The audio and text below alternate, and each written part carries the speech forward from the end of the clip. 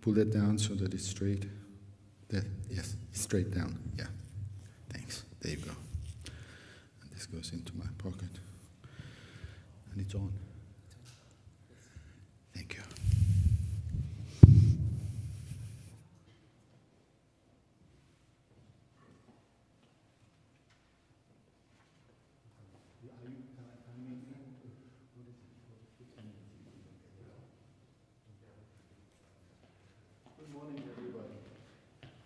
Well, we have come to the last of the master classes. This is sad in a way because we have grown together in the last 10 days. I can sense a wonderful feeling of being together, especially the juniors sort of grown together and have become more, how can we say, more open and more receptive to ideas. And I think that they will go home with a wonderful feeling of what the profession is about. I forgot my glasses, so I'll be back in a second, and then we'll start with who's the first person who's playing? Is that person here? Please come on stage.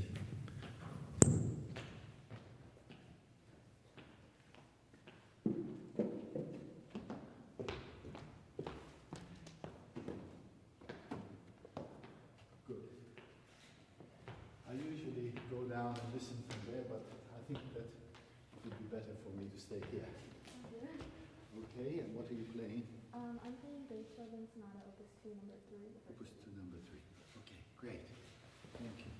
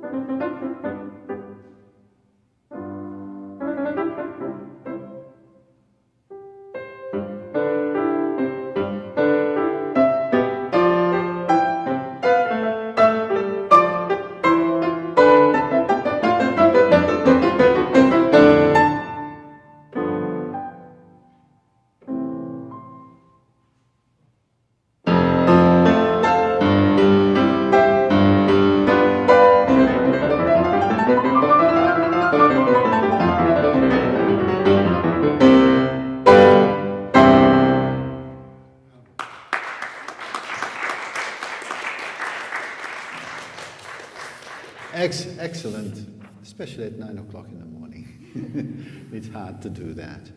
Good, Megan, very good. One of the ideas that always comes to surface at every festival, it's so interesting that independently one doesn't prepare for this, and then suddenly one person says it, another person, and then all these things come together. You can put a summary on it.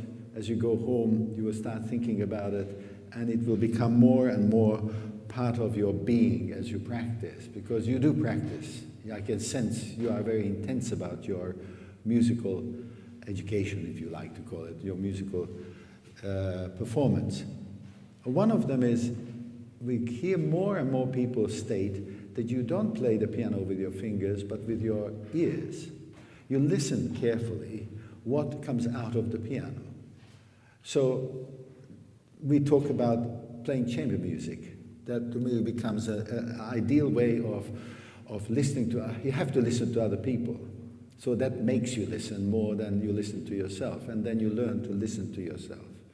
So everything we do, we have to ask, why am I doing this? To be very careful and super critical.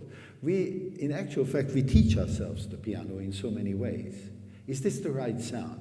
And then you ask the question, maybe I should rely on my teacher to teach me everything about Beethoven.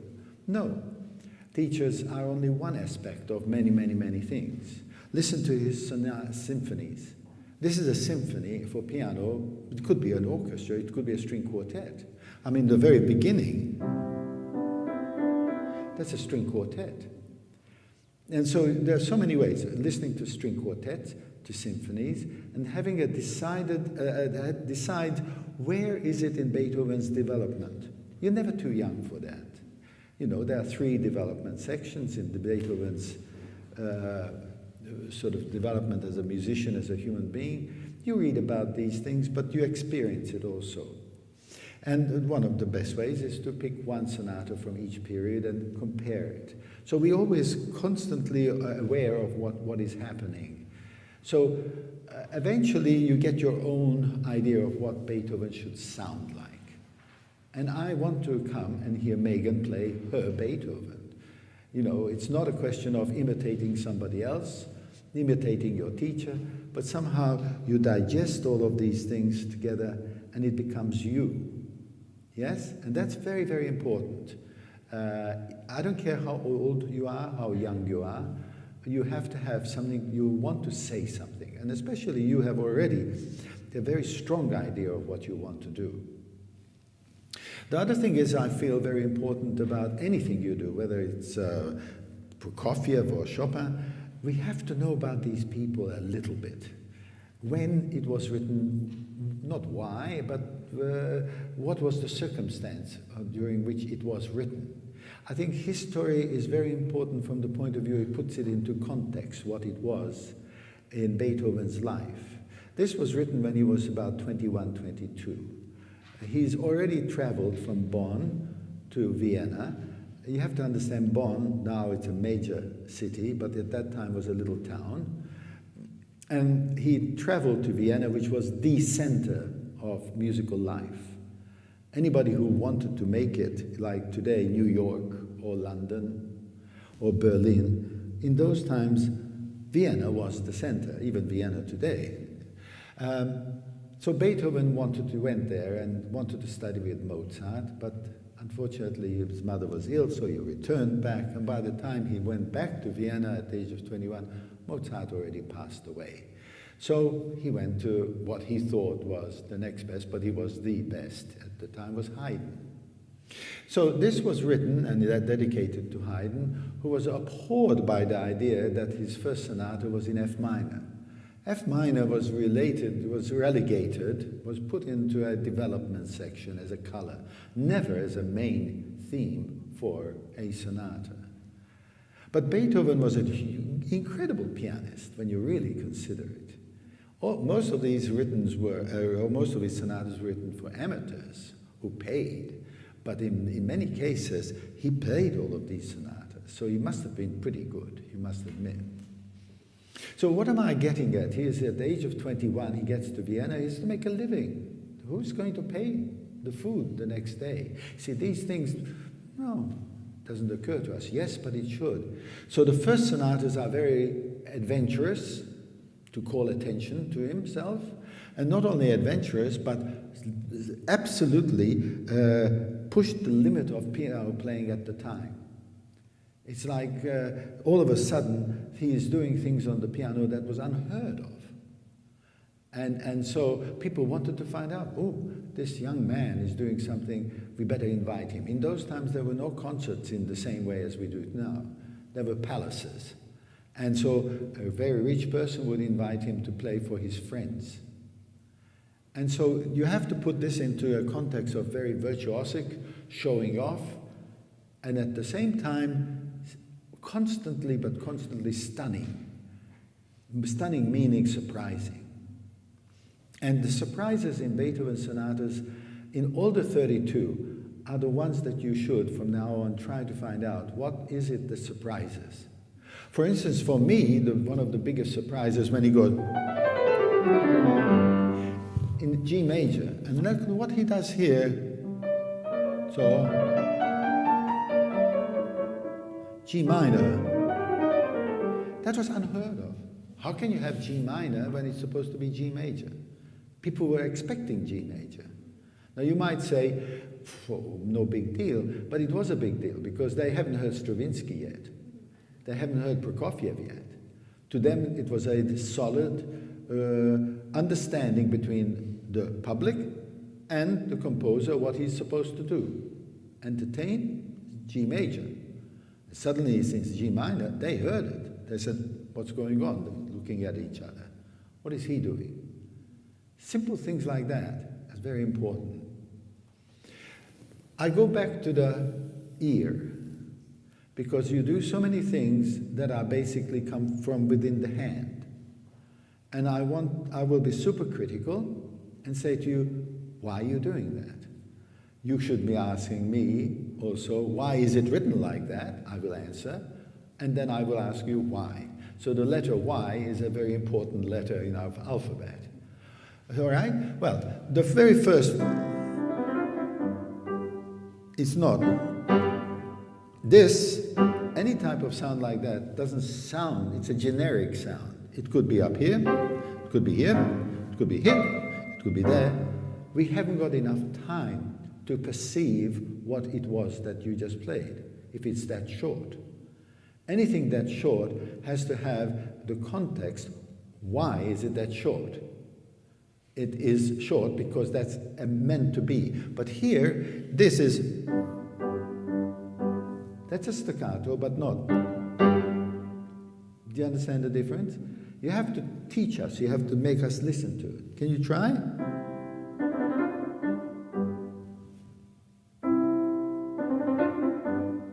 Well, listen to what you did. This is considered one of the most difficult things Beethoven ever wrote, those two measures.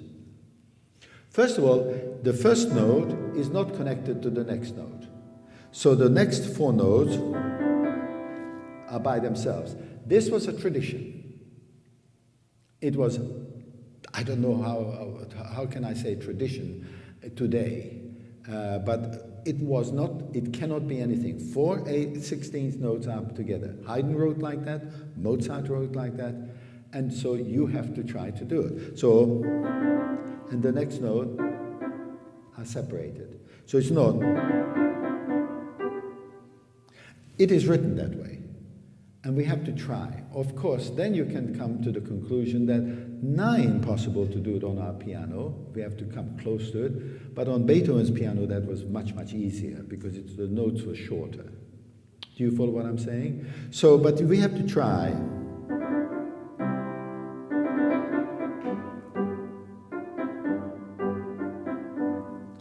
Even that should be a melodic idea. Can you hear it? Much better. Now, it's not a finish. If you go like this, it sounds like you finish. I can go home. It's a question mark. What's going to happen next? Another question. And then here's the answer. Yes? 1, 2, 1, 2, 3. What's that? You have to correct that. Very good. So you can do it. Go on. 2, 3, 4.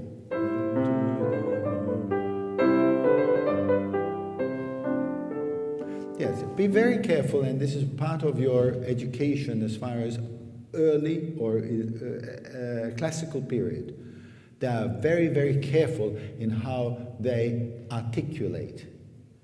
In Chopin and Liszt, you have long lines of legato. So what you're doing,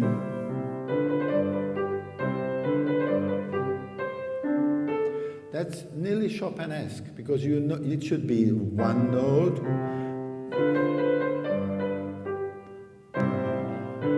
It's all written there. You just have to go and really study it up. What is legato and what is not connected? A simple thing like that, you might say, it doesn't really make that much. It does. It's the way we speak. The language itself changes throughout the ages. Yes? Now, if you play like that in some parts of Austria, in Vienna, they don't understand what you're talking about. They say, where are the articulation? In Mozart. When we come up to Chopin, it's a long line. But can you see all those things? You know that. I mean, you can look at your own score. Yes? Do you understand what I mean? It's not joined together. That is sforzato itself. And this is 1, 2, and then. These are small little details that make Beethoven, early Beethoven, as opposed to later Beethoven. When you have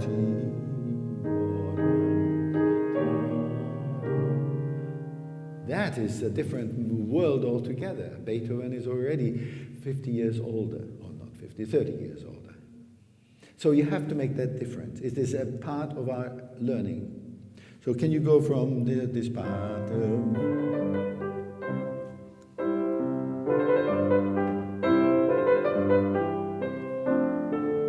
Very good. You can do better. That's one legato, and then can you see it?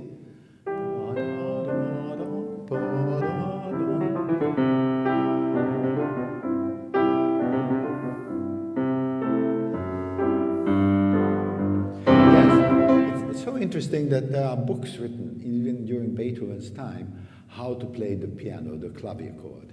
And there are education books, just like today. People were interested in how to play it. And most of the books agree that when it's sforzato, you have to play louder, when it's piano, soft, and all that sort of thing. But all of them have one thing in common. They all say, make sure that you play it in the context of what it is. For instance, for me, when you play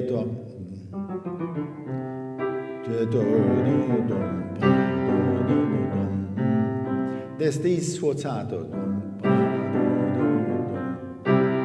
These sforzatos are like, for me, you're coming in during the middle of the summer, 1900 degrees, and you have a snowball in your hand. It's so out of place. These are small sforzatos.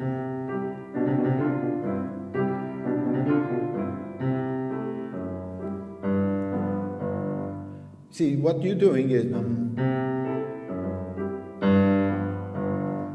totally out of place. That's the artistry that you are looking for. How to measure a sforzato within the context of the way what you're doing. So what are we doing? Why are we doing it? It's an introduction. It's an introduction of we don't know where it leads to.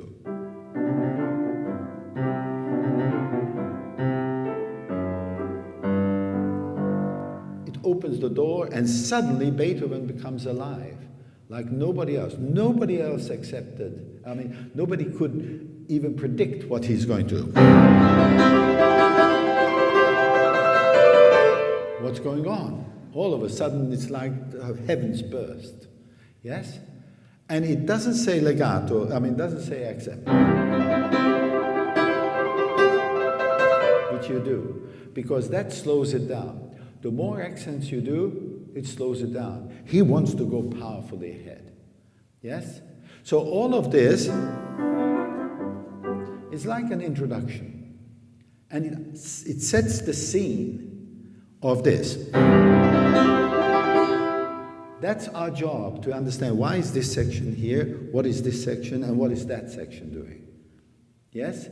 And we find out sooner or later that Beethoven was not really a great melodic writer. Mozart and Chopin, Schubert were great melodics. They had melody coming out of everywhere. But Beethoven had a very difficult time. To me, this is not really a melodic line. I can't whistle that home. You understand what I mean? But out of that little thing comes the whole sonata in the last movement. Sorry, that comes from there. Every moment of the whole sonata comes from these 4 notes. That half step all the time. It's magical what he does. He sews together a whole 25 minutes worth of music into those 1 or 2 intervals.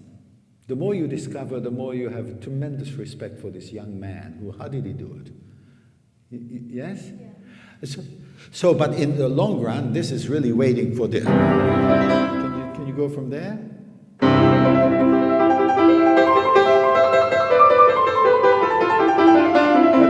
I can hear a lot of accents. And I don't have to play it as fast as you do, and it will sound twice as fast.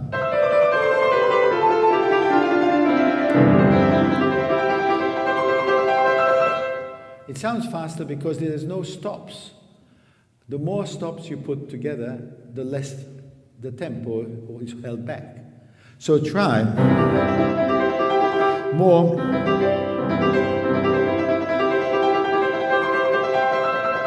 The more notes you play without accent, the faster it sounds.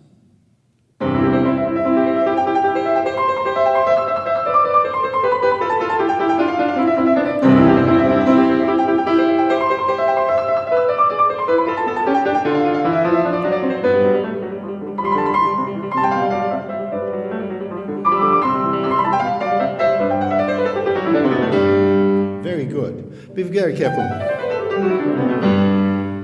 That's a landing that I would avoid. Now I'm going to talk to you about something which it's ahead of your time.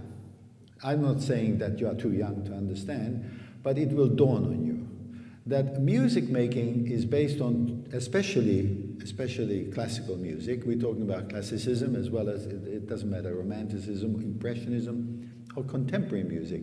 It basically comes from the human nature of tension and relaxation. And the idea of tension at the very beginning with Mozart is only 4 measures, and then later on more and more, until you get to Wagner, who's 4 hours and never relaxes. You know, it just constantly holds you in suspense to release you. This is a release, of course. But how long did it take him? Because he goes from there, and then he goes, he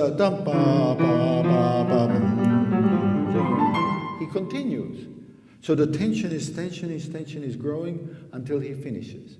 Now, this idea of what is tension and how to relax it is one of the greatest difficulties, to teach, to understand, and when it happens, it's a glorious feeling for the performer. Because the longer the tension, the better of the relaxation. It's like the more you're thirsty, the better a glass of water it sounds to you. It's basically that. Our human nature wants this tension. Why do you think you go to Six Flags or whatever it is, those wheels? The tension grows, yes? And when it finishes, you say, oh. But that's human nature. It's in here. So you're really relaxing it so much, especially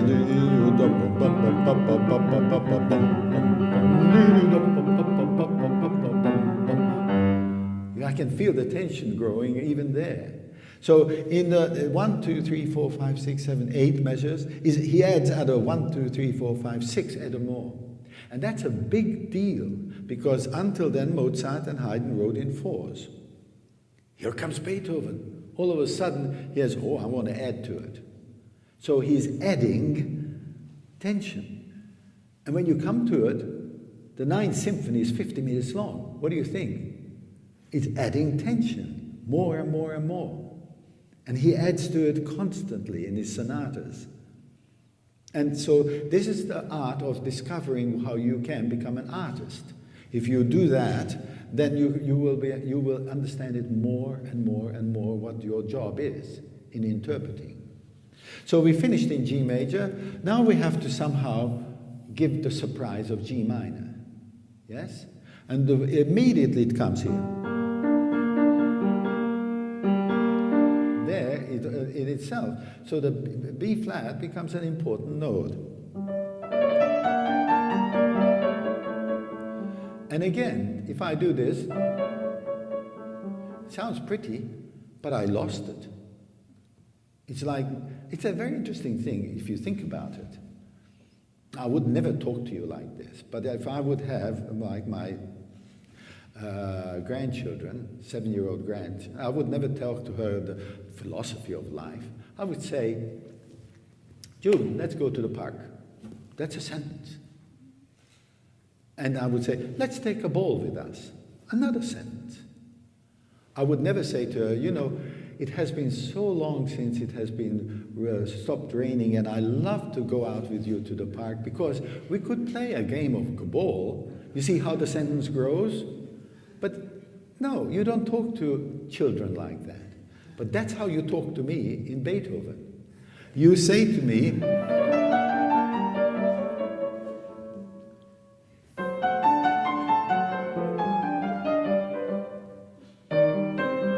every second measure, you're dropping me down.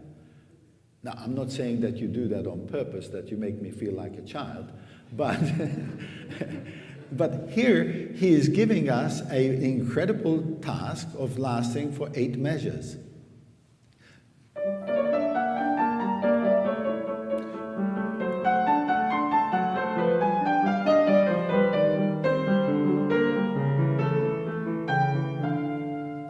Now you might say, that sounds pretty, but I say to myself, you know what?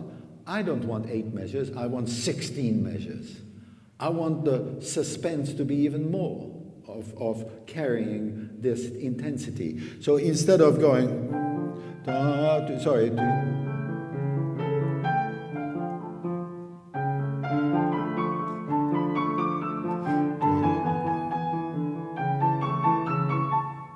I say to myself,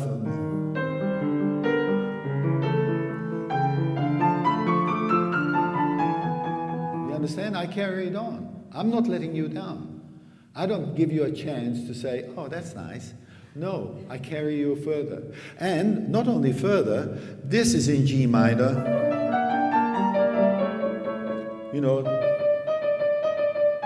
Sorry. That's G minor in the eyes, ears of everybody in the classical period. But then he puts it into even more darker period, into to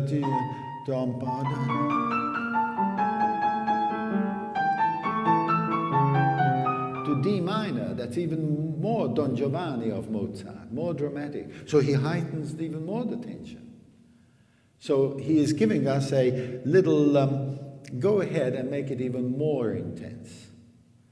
Do you follow? That's. I want to inspire you to how can I say, experiment when you go home.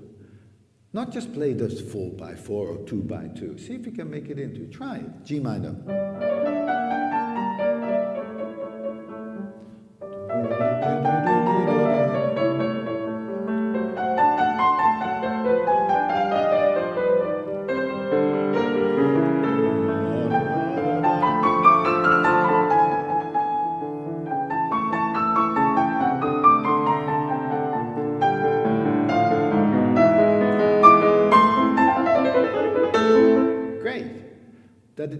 I don't know if you felt it inside you that there was an intensity within ourselves.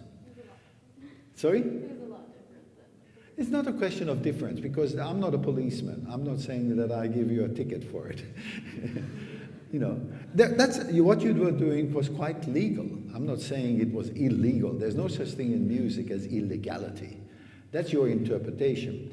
My job is to open a door as a possibility that you can experiment that would be. Because in general, everybody in the profession, in the music profession agrees, the longer the phrase, the better musician you are.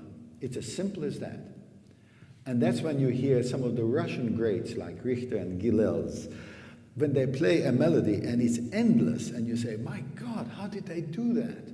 It sounds like a cello that doesn't want to give up in a beautiful melody. And then you realize that they have absolutely calculated, Zimmerman the same, he calculates how little he can come down so not to let us down enough that we can, our ears are continuing. Our ears become demanding more and more. It's magic what you can do with that. It's very easy just to do whatever it feels comfortable. It's not comfortable. What it means is that your ears are leading you, not your feeling of, oh, this is okay. Now, when you reach that,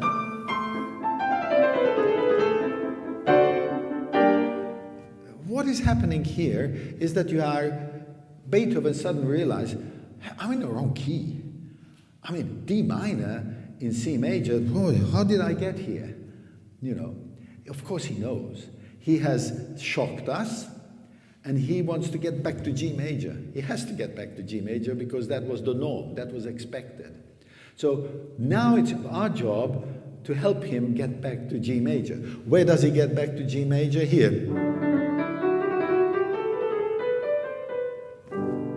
There is in G major. So for the next 2, 4, 6, 8 measures, we have to maneuver our ears, the listener's ears, to try to get back into the key that was originally thought would be the key that he should have been in. Yes? But he shocks us even further. First of all, he's in A minor. Now, to you, A minor, you remember this? Now, you might say, oh, he's demonstrating all these things. No. These pieces were written because A minor exists. You know, a composer doesn't get up one morning and say, I haven't written in E minor for such a long time, I better write something. No, E minor is created by the music. So here is A minor, then G minor, and suddenly, you know, D major, a happy key, a wonderful trumpety key that he's aiming for. Why? Because that's the dominant of G major. He's heading towards that D. So he goes A minor, then G minor, and then D major. Now you might say, so what? It does make a difference. Because every sonata that Beethoven wrote, now how did he do this? Humanly impossible, is different. That is the greatest thing about, one of the great things about Beethoven. You take another sonata and he does it differently. And that's what people were interested in. How does he go from the tonic to the dominant? Does he go through this? Does he do this? Sometimes he goes to the wrong key and manages to get it. But that's something which is so refreshing and so wonderful when you discover it in your own way. Not just playing it, but they say, how did he do it? Of course you say, when I grow up and I have to go to university, on building A, that's where we learn theory, and building C, that's where I learn my piano. No, the whole thing comes together. A composer doesn't write theory just for the sake of theory. Somehow our understanding has to come together. Do you follow? So I make the A minor a little sadder. I feel that. That to me is tragic. G minor is by far more tragic than anything else. So when I make that tragic, then this sounds happy. Contrast. If I would have made the G minor happy, the D major wouldn't be happy as much happy as I could want it. Yes? It's all in here. It's all together. Come on, see if you can do it. The A minor first.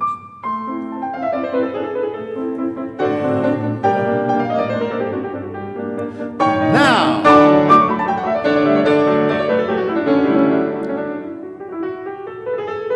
Very good. You got carried away. I love it. That's how it is. You reacted to it. And when you react, they react. That's the whole point of transmitting our feelings. If we don't have any feelings or ideas, then it stops. What's the point of playing it? Now, be very careful. Beethoven does something which is very much Beethoven, and we have to adhere to it, whether we like it or not. And I don't like it, but I have to do it. And that is this louder. Piano.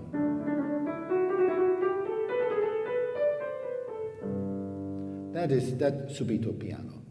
You have to do it. And it's on his piano was much easier than on ours, but still you have to do it. Even if it means, even if you stop, let the air in, but you have to go from forte to piano within that split second. And you have to practice that because it's not natural for us anyway. Yeah? Do you want to try it? Somewhere there.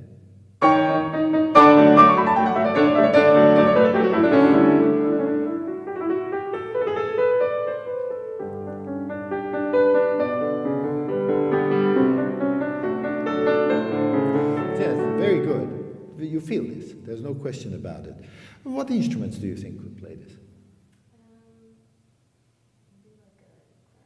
Yes, I love it. Clarinet, yes. Bassoon.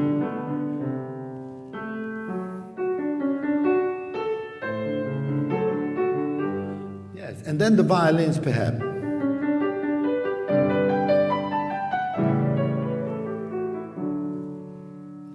You're orchestrating it. I love that you didn't say percussion. Of course not. But the point being is that our imagination. I can't play the clarinet on the piano, but I try. And I try this wonderful deep sound. And bassoon is not so deep. And he puts dolce there, which has nothing to do with sweetness, but more kindness, perhaps. It's an interesting thing is he doesn't put espressivo. He expects you to be espressivo, but he doesn't want sort of deep. He wants a simplicity, a beauty about it, which he is trying to give with one word. Let's try it. Let's see if he can do the clarinet and oboe, bassoon.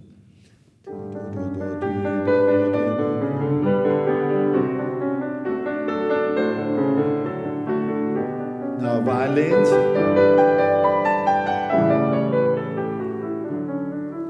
Now cello.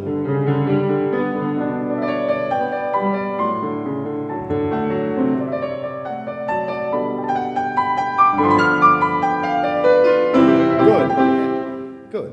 Now comes the question as a performer. What is the, you see it says here dolce, what is the difference?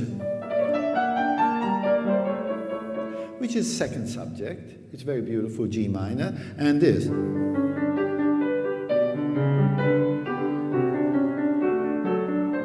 You see, they're both pianos. And an unimaginative performer will play the pianos the same way. But they're different. And Beethoven constantly tries to make melodies out of everything. So he has a lot of ideas, but not really the same beauty as a Mozart melody, let's face it. So, but our duty is to make them, those two things are different. Both are second subjects. Both are different from that. So when I say piano, it's like somebody saying, what is that tree? What color is the tree? You say green, but how many greens there are there? If the sun shines from here, or you look down, every green is different. The same thing here. This must be a little bit sadder, a little bit more introverted. To me, sorry. So that's the imagination that comes from within you. Does it make sense? But this doesn't come by just practicing. This comes from first listening and even talking to yourself. How can I make it different? How can I make it something special here? Dolce. And perhaps by doing the clarinet and the bassoon. And the next time when it becomes is more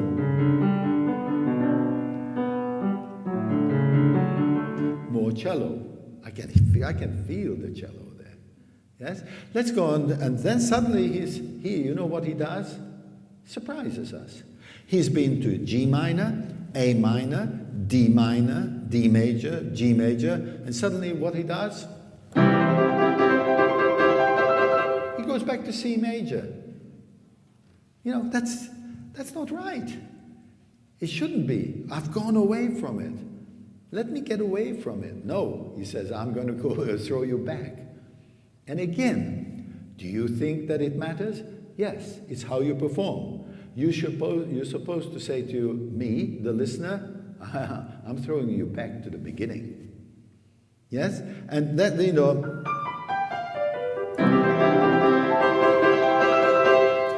then he changes. And then he goes through even more. Yes? These are the things that you have to sell. You have to sort of for a moment say, what happened? And it's, oh, good, he's back to G major. Now, you don't have to have perfect pitch to understand that. It's the attitude, it's the color that makes C major, C major. When you went like, that happens to be here. Immediately, I can refer back. Do you understand? That's the artistry that is what you have to do through these pages. Right, go from there. Yeah.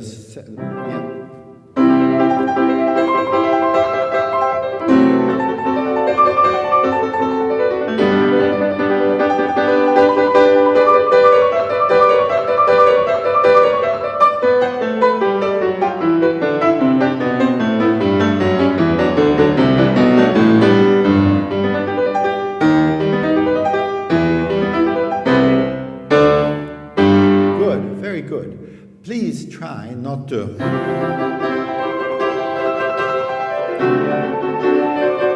don't accent it, because when he does accent, that's the accent there. When he's insist, you know, he's insisting. It's just like being on the top of the mountain and then you ski down. Then you come down. But the top of the mountain has to be a struggle. And Beethoven himself said, when he has a series of sforzatos, please make each one more. So it's a developing thing. More, more, more. Now here again, you're playing this. I can't hear I can't hear the melody.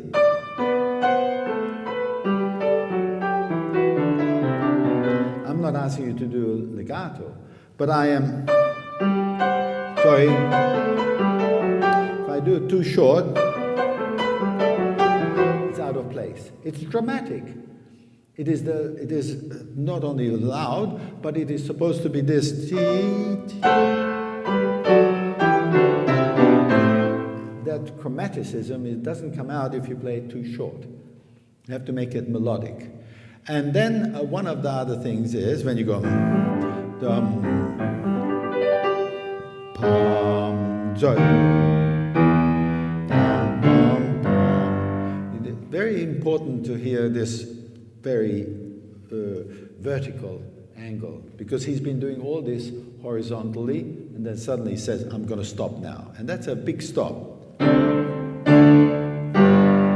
Yes? I have said it. Now comes the coda. He's very precise. He's expected to say goodbye to the first section. Now again, here we have something which is very difficult on our piano. On his piano was much, much easier because it was lighter. These are not connected. Because what you're doing, Megan, is you're accenting the second beat. That's the second beat of a 4/4 measure. That is absolutely a no-no. I mean, it's considered vulgar. So you have to make the first note. This is accented, if anything. Do you follow? Deadly difficult. I'm not suggesting it's not, but we have to somehow. Bum, bum, 1, 2. What you're doing is you're landing. See if you can try. You have to really practice that hard. Very good, very good. Go on. Dum, dum, dum. But that's a surprise because this is piano, the double piano. And even if you take a little time, the police will not be after you. Because to me, this is but this is a surprise. Don't you think? And then subito forte. Still, the first beat is the trill. Go on. Dum, dum, bum, bum, bum, bum. Yes. So, what does he do? Ooh, that's really discordant. But that's what he does. And that's the resolution. And then. Yes?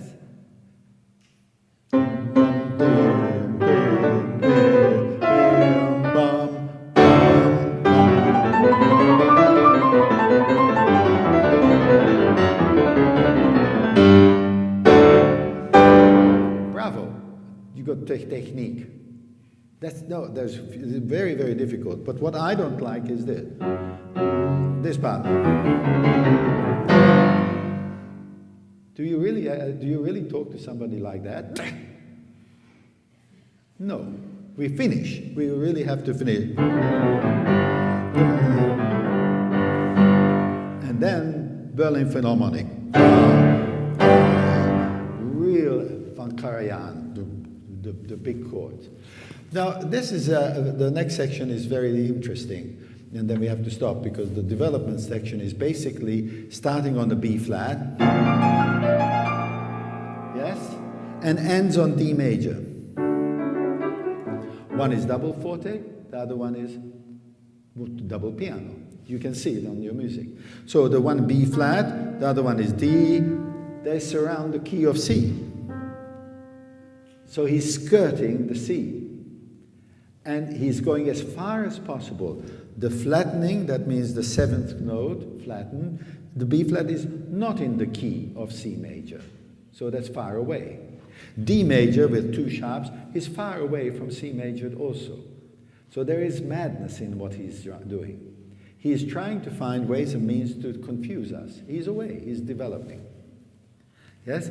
Well played, so I'm not going to ask you. If you can make the difference between double forte and double piano more, it will be a much, much more stunning experience. However, the next one, this is a little bit of a correction can be made.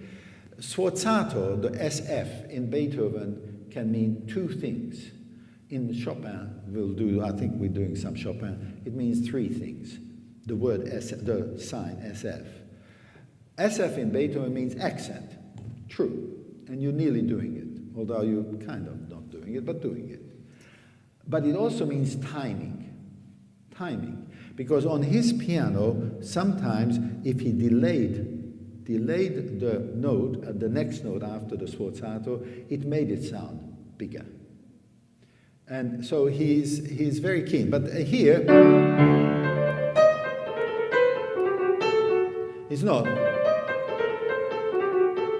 Again, young Beethoven wants to stun everybody. And that's a stunning thing.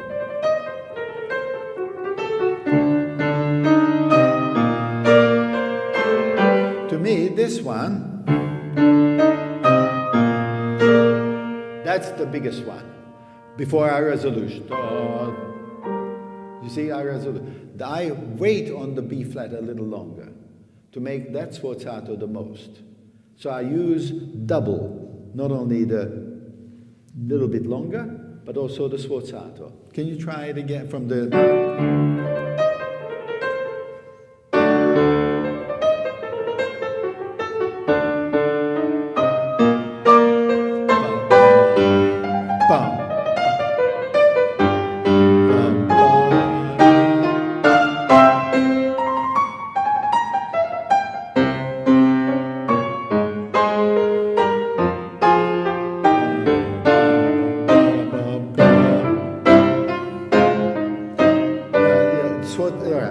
It's very interesting. There is the other day when we had our conversation, there was mention of Harold Schoenberg's book, not the composer, but the music critic of the New York Times in the 50s, about great pianist.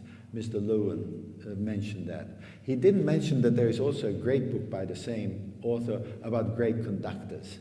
And that's very, very interesting because it's this sort of people in the orchestra telling about the conductor. No orchestra likes their conductor because it's an autocratic, meaning you follow me or get out of here type of situation, you know.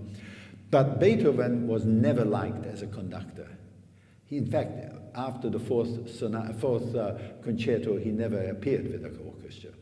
He was disliked because he conducted for the first time the music, not just beats. Until then, the conductor's job was to just go 1, 2, 3, 4, 1. That's all they had to do. But Beethoven was all over the place. Why? Because he felt the sforzato. For instance, here, he would go 1, 2, 3, 4. 1, 2, 3, 4. He would accent the sforzato as a downbeat. It is a fact. So when I see Beethoven writing an SF, to me it is downbeat, not up, because this, you understand? I physically go downward. It becomes a downbeat. So make sure, and then when you have this, when you do this, you consistently go up. The difference in sound when I go bum, bum, bum, bum, bum, bum, down, not up. So, if I may suggest, you experiment the difference how you can play a staccato, downwards or upwards. I'm not saying either one is better than the other. It depends on your ear, how you want to react to a certain sound. If you like this, if you like that, I have to live with it, or you have to live it on stage.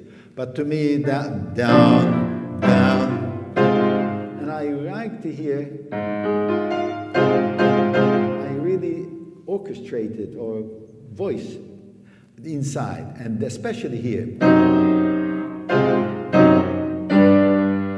So I move the voices within the chord. A lot of things I said to you, but most of it is achievable. You're very quick. You get the idea. But I'm not saying something extraordinary new. It's all in the music. How after many, many years looking at the same thing, things come out to you and say, maybe that's what he wanted. Maybe not. Maybe this. Maybe that.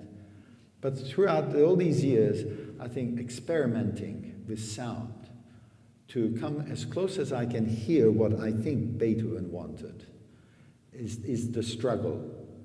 And it's never ending, because the more you get to a certain level of saying, I got it, and immediately something else happens that wants to make it even more what Beethoven wanted in my mind. That's the beauty of what we are doing, because this is a real genius composing, and it is up to us to make him come alive. Okay? So I hope I've inspired you to not just practice because you've got fantastic technique. That's all given. What you do with it is what matters. Okay? Thank you, Megan.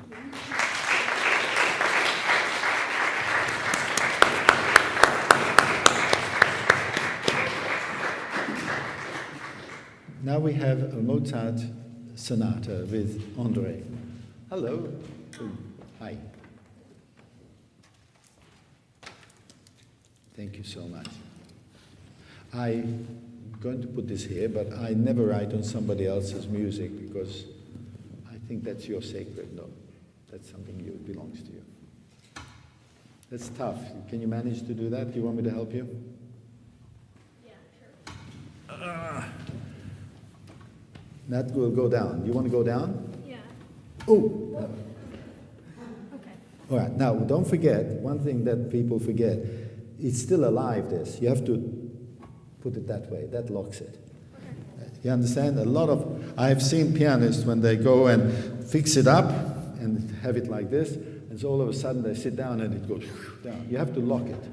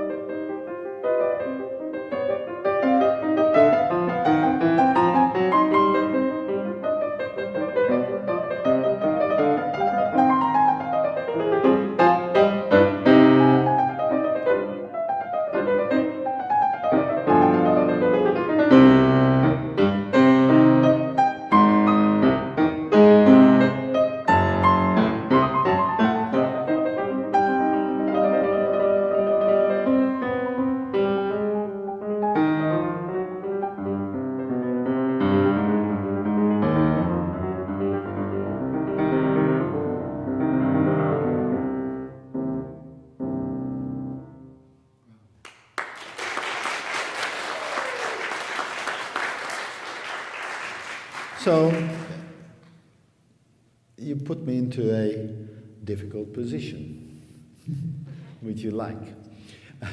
The difficult position is, should I treat you, you're about what, 13, 12? 11, I apologize. So, should I treat you as an 11-year-old or somebody who plays maturely, doesn't matter what age, Mozart? Don't care. You should care. Because as an 11-year-old, it's pretty good. But you're not doing what Mozart says, but that's okay, because you're looking at it as an 11-year-old who is very talented, and that's how it is. But my job is to awaken you, inside you. Who chose this sonata, you or your teacher? My teacher. Well, he or she knows you better than I do, obviously. There's a question about that. But probably this is one of the highest mountains that Mozart climbed in his piano sonatas. The two sonatas that are the A minor and the C minor, and perhaps later on the D major, that are sort of, especially the C minor, what you're playing, an expression of depth of a human being that even I, at my old age, can hardly understand how he could drive himself to that depth of deep understanding of human nature. How can I expect you as an 11-year-old to do it? But my job is in many ways not to treat you like, oh, he's good. My job is to make you become better and know, because this will lay the foundation perhaps that the next Mozart sonata you do, you become more aware and more aware. It's like the signature of Mozart. The more you're aware of Mozart, in a way, I think it becomes more and more difficult, for me anyway, but maybe for you it becomes easier, who knows. There's no question you're playing well, and everybody is saying, wow, an 11-year-old. To me, that's not the case. Are you making music on a high level is what I'm concerned. Most of it is written in the music. For instance, you playing. That's not how it's written. It is separated. Would you agree that's how it's written? Yeah. Everything is separated. Now you might say, what's the difference? Well, there is a history behind it. It's called the Mannheim rocket. Mannheim is a city. Rocket, you understand what a rocket is.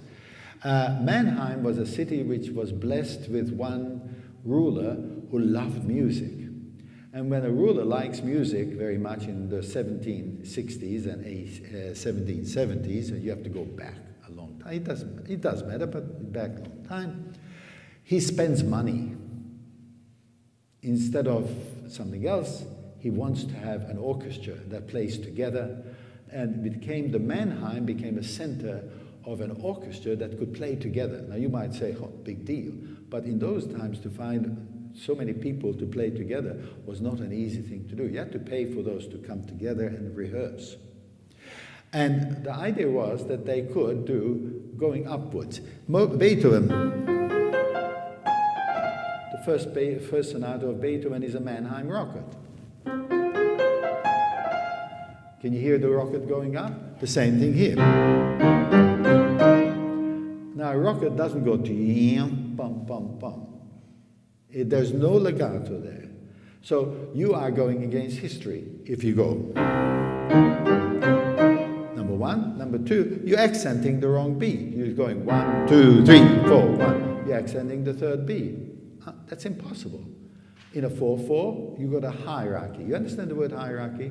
Yeah. Which is the most important is the first one, then the third, then the second, and the fourth.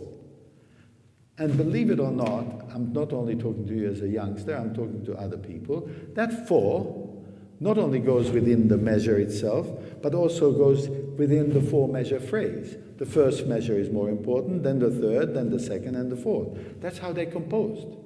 So if you destroy that, or you don't take notice of it, then you're not speaking the language. It's as simple as that. So when you have that, can you just try that? As a statement. Yes. Now, I can go even further because you're very talented. I don't make every note a separation. I go from, look at my hand. It's like I'm bowing every note. The same weight going right through. It's like I'm making a statement, which is just simply that. Not bad. You have to do that. Now comes piano. It's like somebody says, "Oh, what a contrast." Now, to you, this is all staccato, but it's not written staccato, is it? No. So we can't do it. And you can say, why not? Well, you're absolutely right. You might say you have a direct telephone line to Mozart, and he maybe gave you permission. But to me, the melody becomes something which is the inside of this sonata. It is a very personal, tragic feeling. Now, I know that you're only 11, but it is, maybe we can say it's sad. It's a very sad sonata. You know, perhaps you understand what tragic means? Yeah. Okay, well, it is tragic. It is the opposite of this going up. I'm optimistic. As opposed to... Can you hear the difference? Yeah. It's like a question and answer, or perhaps it makes us stop for a second. I can go further and further and further. And we talked about this in some of our conversations, and certainly in my lessons. Timing is the greatest aspect we have in our music making. You are, at this moment in your life, you have to understand that a quarter note is a quarter note, eighth note is an eighth note, and it has to be. But eventually you come to the conclusion that this 4 measures that we are dealing with now is really how can we say it, an imaginary thing of Mozart. It is suggested. Yes? Yeah. The suggestion is...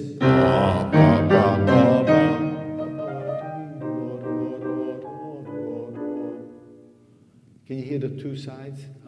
Try.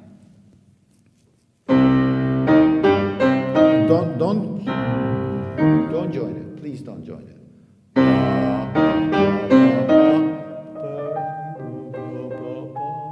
And when you go, I listen to it. Now it stops. You see, if I do it exactly like you do, it's too early. Because the sound hasn't died away. I have to compensate for the whole. Yeah. If you go bum bum, you see, then you might say, but you know what? You gave it too long. That is a quarter note and an eighth note rest, dotted eighth note rest. But as a performer, I have to listen to what I just did. To me, that's satisfactory. Because I'm not crouching into the loud note. I'm waiting till it dies, and then I answer it. That's artistry. That cannot be taught. That means that your ear is active. If it's not, I can hear it when it's not active, because you just crowd on to the next one. Let's go on to the next one.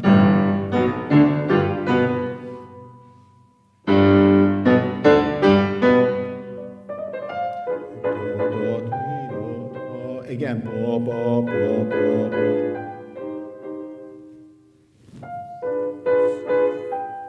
Yes, if you really hear this, and that hurts you, then this will be a release. Yeah. Yes?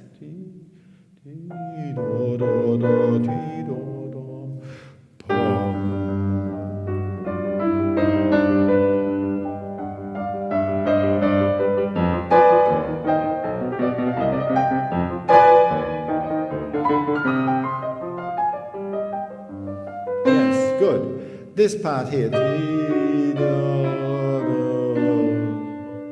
it's piano, and suddenly,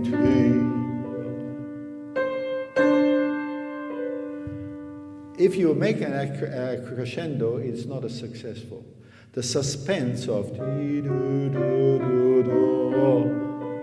and that forte doesn't have to be that loud. It's just the loudness of holding this and then resolving it. Do you follow?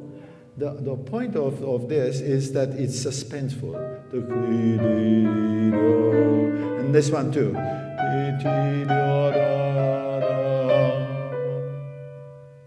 It's very, very difficult to do, but that's what it's written.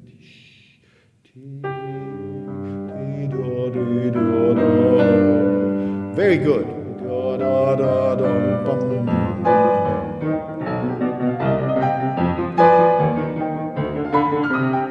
Good. And then you have this. And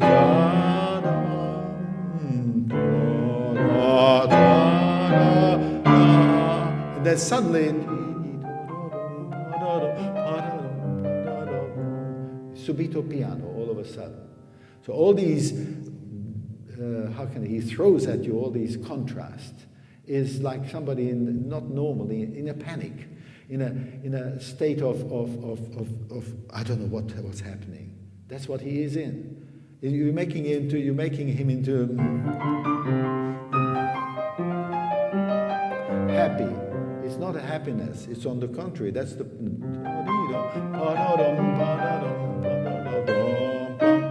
And this part, to me, is. What instrument do you think that would be? Probably like lower strings. Or, good. Bassoon. Yeah, I think. bassoon. Yeah, I think I so. was trying to think of what woodwind it was. Yeah, good. Bassoon, you can do. And then the discord. Wow, that should give you shivers.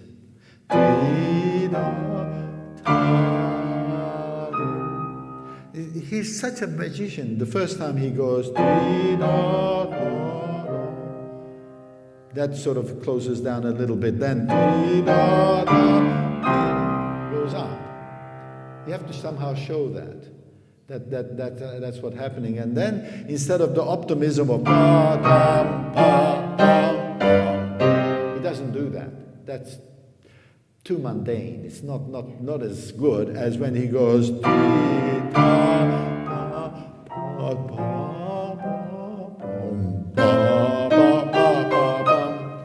Yes, that's the performance. Try.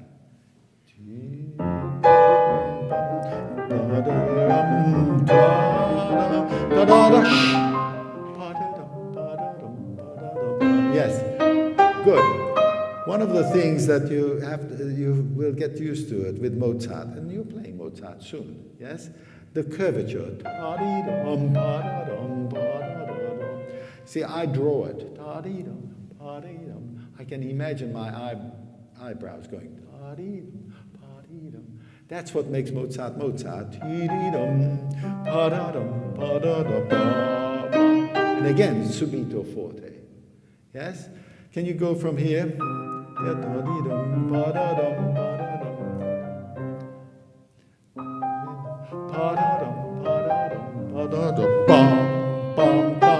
Don't forget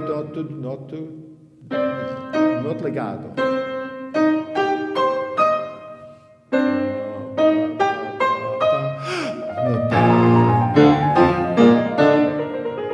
Well, what amazing thing he does.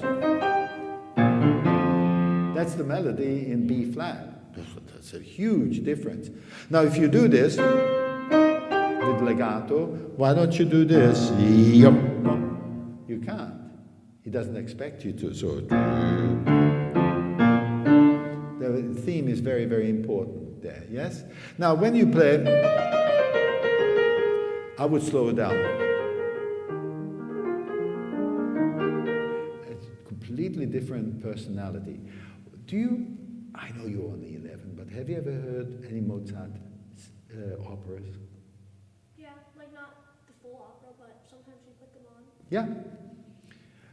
The more you dwell on operas in Mozart, the more you start to understand what he's all about.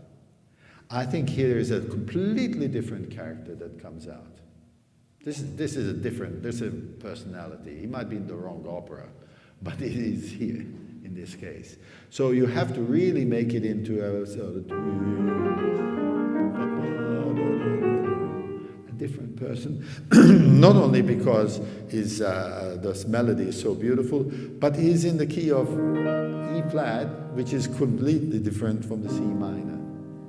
We have gone into a much more optimistic, much more beautiful area. And this is a contrast that you have to dwell on. Until there it was very dramatic. Suddenly it's a different person. Can you go from there?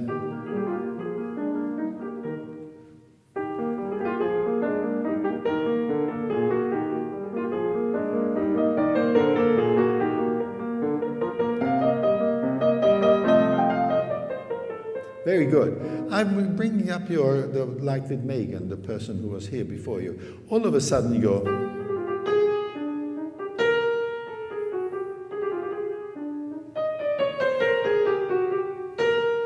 These accents all over the place. We don't speak. Do you speak like that? It's all of a sudden you say something. Yes, I do.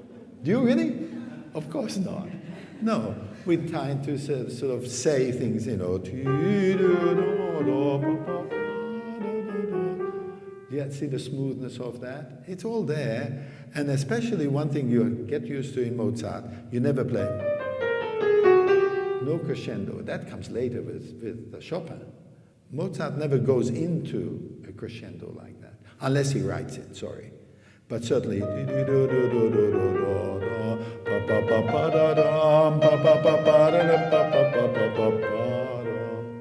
it's singing all the time, never ever just playing the note.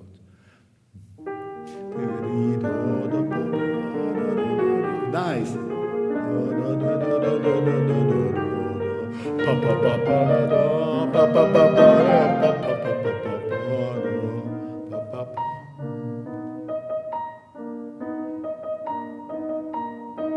So, in your opinion, this idea, it happens 1, 2, 3, 4, 5 times the same thing. Is it possible that Mozart didn't have any inspiration, so he says, oh, I just repeat 5 times?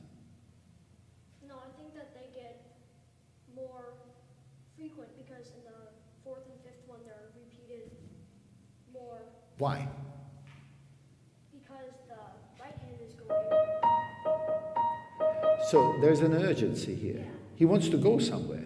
Now, if I play this,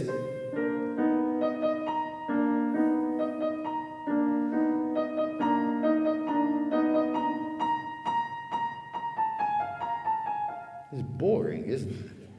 You know, everybody's saying, did I really pay $25 to hear that? You know, no. You have to sell it, especially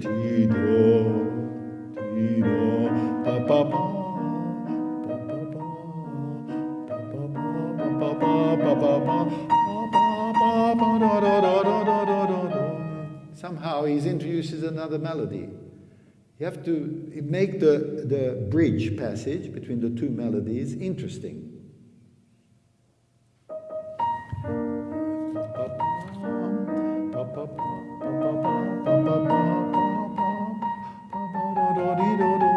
Okay, now if I would have time with you, I would say, Andre, play differently. Then I would say, play it differently. Play it differently. And you will come up with at least 10 different ways of playing that. And that's how you should practice. You're practicing until, oh, maybe if I hold it, or you see, I hold it back, or I move, or I can make it loud, or maybe or there's so many different ways. It's infinite. And the beauty of it is that eventually you used to play it again and again differently and said, oh, that sounds pretty good. Let me do it again. And you say, I will try that. And then you do the whole thing, and when it comes to that, you do it. But that's the beauty of practicing.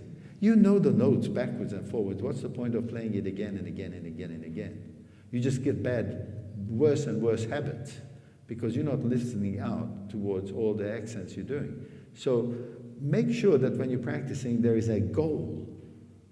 to do something different with it, make it even, make it louder, make it softer. There's so much to do that it's wrong to say just to repeat it. Let's go into this next section.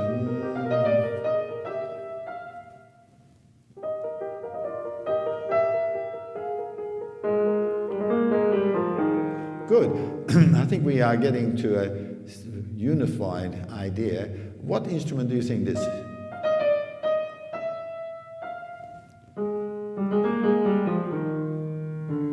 What instruments do you think?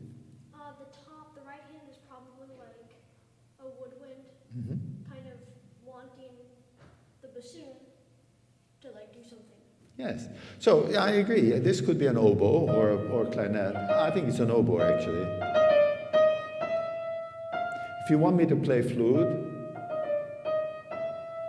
that's flute. But I think an oboe has that quality about it, more reedy. So I know that this might sound ridiculous to you, but I imagine that an oboe has a more piercing sound. You understand by piercing? It comes immediate. So when the bassoon isn't. So even there, I contrast the two instruments. Unfortunately, when you somehow, because of the right hand's position, somehow you're accenting those notes, so be very careful. Try it again.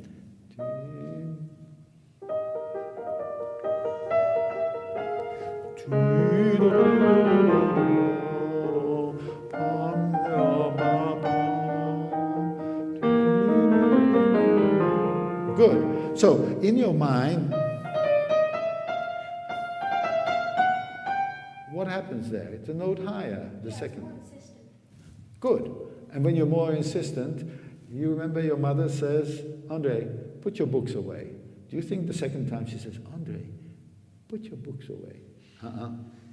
She says, Andre, I told you to put your books away. Don't you think? Yeah. Yeah, well, Mozart is doing the same thing. He says, oh, I like this. That half step.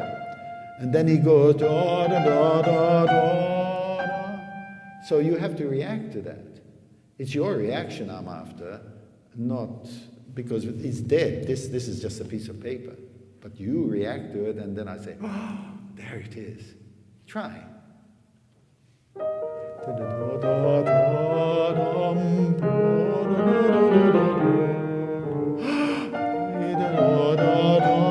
And again.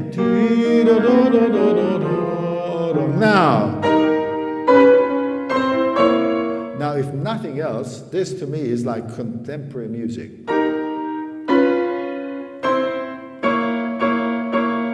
It's like it was written a couple of days ago. I'm joking, of course. But you have to somehow feel it. That urgency to go to this note, which is unsatisfactory, unsatisfying. And this note is only reserved. Oh, that's not resolution. No, He's cheating us. Why do you think he's cheating us? he wants to make it more suspenseful, so when the real resolution happens, it's more. Yes, he's delaying the resolution, yes. But you have to react to that, not just play it. You have to sell it. You have to go.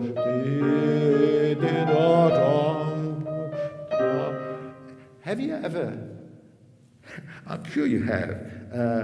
Step down, step, and one of the steps is just a tiny bit larger than the other one. What is your reaction? What? You look back and say, what happened? Well, that's what happens here. He suddenly leads us on, and then suddenly, instead of closing down, he's giving us a surprise. What do you think happens to us as a performer when we go to da da da da da da? Usually stop. We stop breathing. And if we do that, and then we go da da da, and then even more further away. So this is Mozart when he's going away from the norm, what is expected. Yes? And this is your job. This is what you have to sell. This is not sell, but this is what you have to tell us. One of the greatest things in music is when a performer reacts to. And that C minor chord, that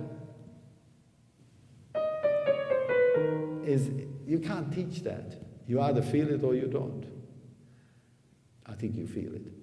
Okay, can we go from here? And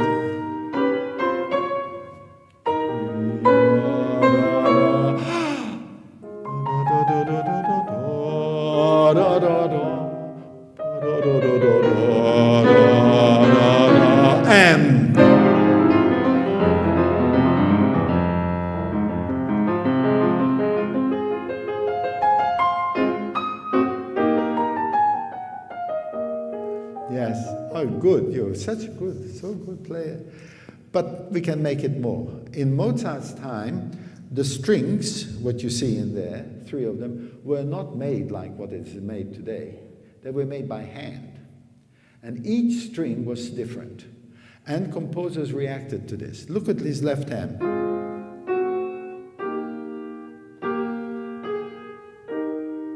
So there is a chord that I kind of tune. You just play, you playing this. It's just a homogeneous, generic sound. But I want to bring the horns in.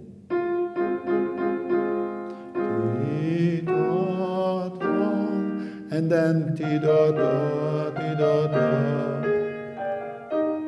see what I mean? All the time, even Chopin, Brahms, they just simply don't just go. There is a reason why they do it. Why? I always say, why? Why does he want this? Why not this?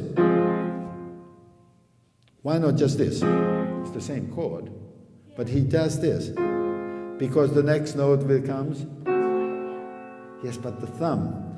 See, the composers knew that we are limited. The piano wasn't made for these hands.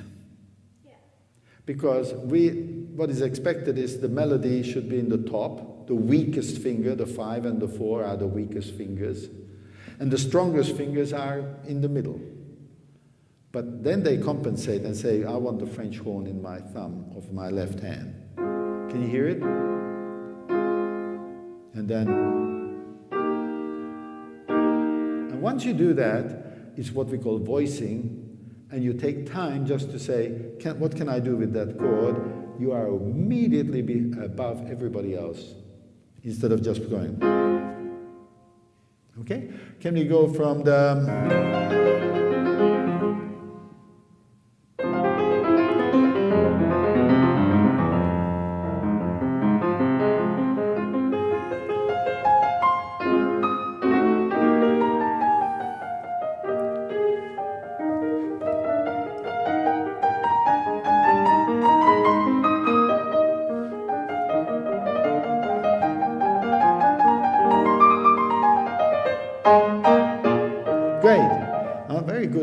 But you can make it even better. That is troubled. Instead of going, he goes.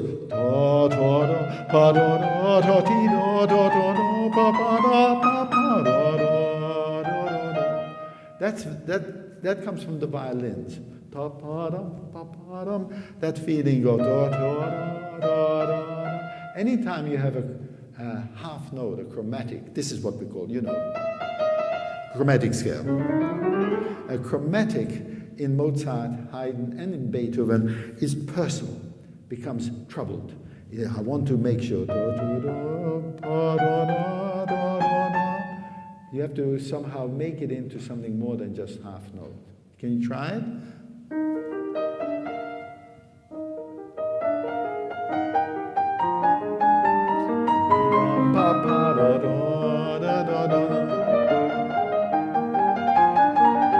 Yes, and of course here,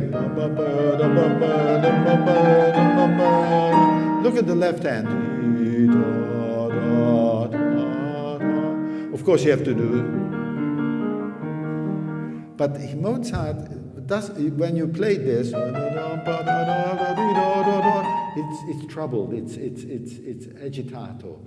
It's a feeling of not calmness. It's the opposite of calm. So don't all of a sudden become joyful. That's happiness. No happiness here.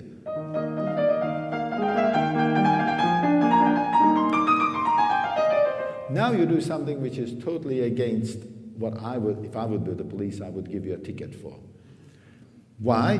Because you're doing this.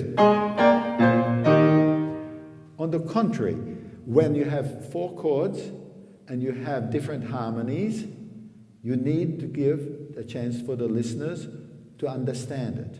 If I play it absolutely, I can understand that. But I can,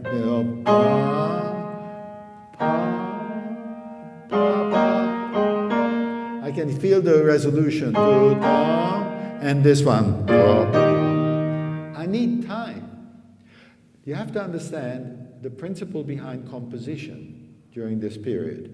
When you have a whole measure, for instance, where is this one? That's 1 chord per whole measure. You can hurry that because it's 1 chord. But when you have many, many chords within the measure, then you need time. For instance, here, if I go, you wouldn't understand it. I need to give the audience and myself a chance.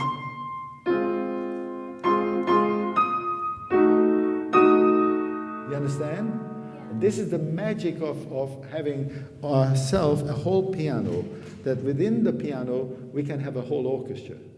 Because this chord, this note, by itself, nothing. But you add this, it comes alive. This note. Can you hear it? Nothing. If you enjoy that and you listen for that, then that's the musicianship. That is a huge leap, that you can understand the difference between one note and then suddenly you have no violin can do what we do. Yes? So please, when you're playing, bum, bum, bum, bum, bum, that's a finish. I say we have had a good game. Let's go home and have cocoa, whatever you have. What I'm trying to say is a full sentence. And then Mozart goes to finish. And Mozart loves saying goodbye. He loves all the time. The ending is the greatest goodbye you can possibly have. Can you go from somewhere?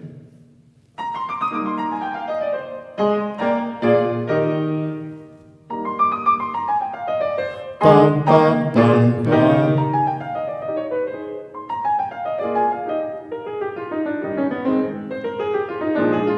Yes, I want you to be really aware of this sort of thing.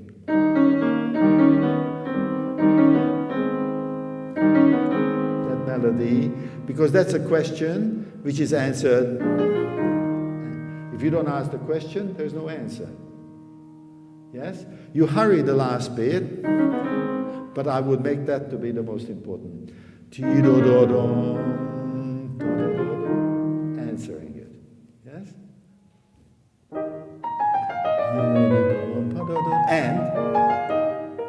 And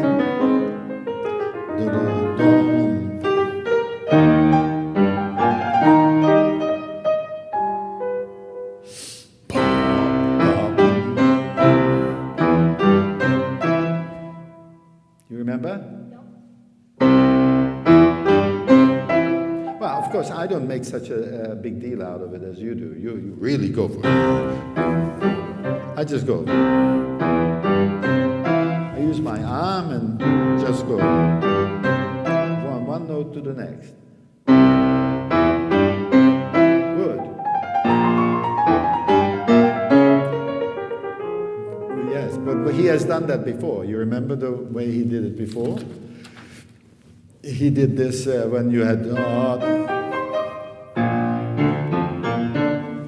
Yes, at the beginning. Here, he does it differently. He goes to a higher note. Yes? He's He's just the policeman, that's okay.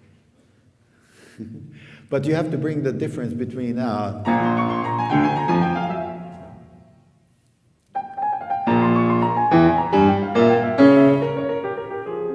take time. You remember, that's a different personality.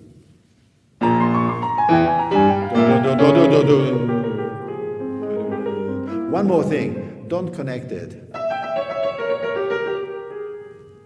It's not connected, it's a completely new person. Dum, dum, bum, bum, bum. Yeah. You know, when in one of his letters Mozart wrote to his father that rest, silence. You see, in English we say rest. We don't rest during rest, do you? It's a wrong word.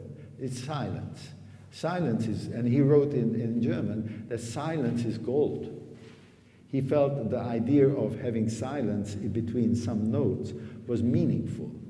And it is when you go, that's like me saying to you that it is raining outside, we should read a book. What's it got to do with each other? Nothing. Or, maybe that's not a good example, but two ideas that are completely different from each other in one breath. You can't. You shouldn't. So what you have is,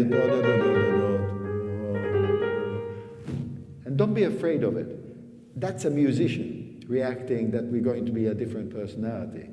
It is a bad student, or a good, no, it's a good student who plays in time, but a bad musician. Do you understand? Yeah. Yep.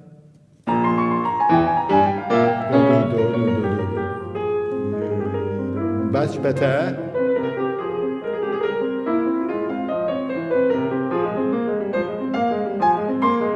Yes. You have to twice the same thing. But the first one,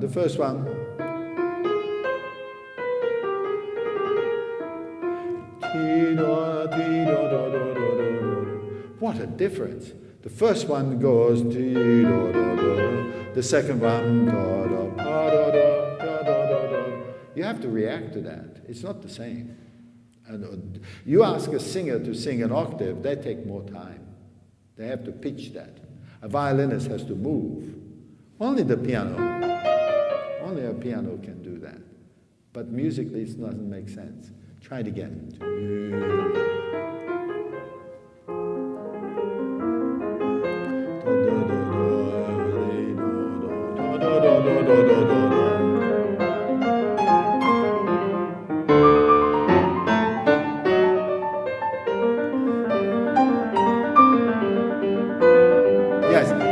Here I was talking to Megan before you came. We are starting in F minor.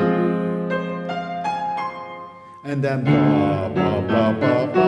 first is the F minor is a sad key. But then suddenly he brightens up with D major. Then he goes to G minor. That's much more sadder. So he's throwing us from sadness to happiness to sadness to happiness. What are you going to do? Well, if you react to it,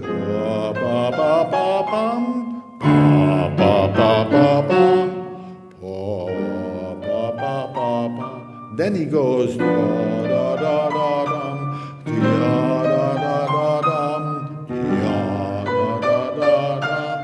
so he goes at a certain distance of prolonging without resolving.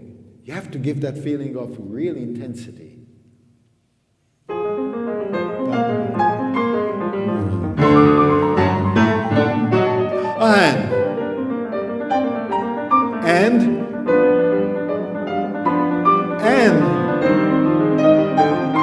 And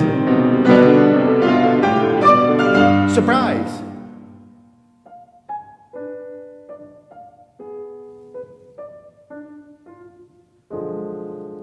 Now, very good. You surprised me.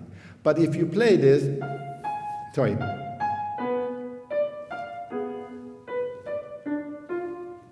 I don't feel anything. The first one should be a little bit more. Less, do, do, do. And then listen for that.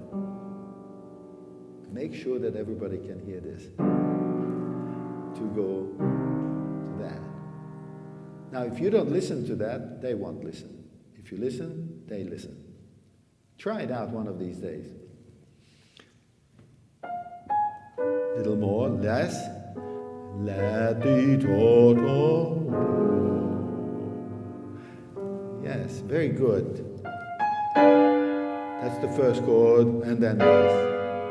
And then see how discordant it is, how painful it is. And the only thing he resolves, and then it goes. Just one more thought. When he says goodbye, and you're doing that very well, this part here. This is not accent.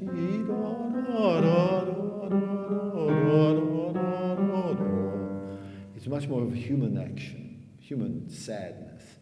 Goodbye, goodbye. That sort of feeling.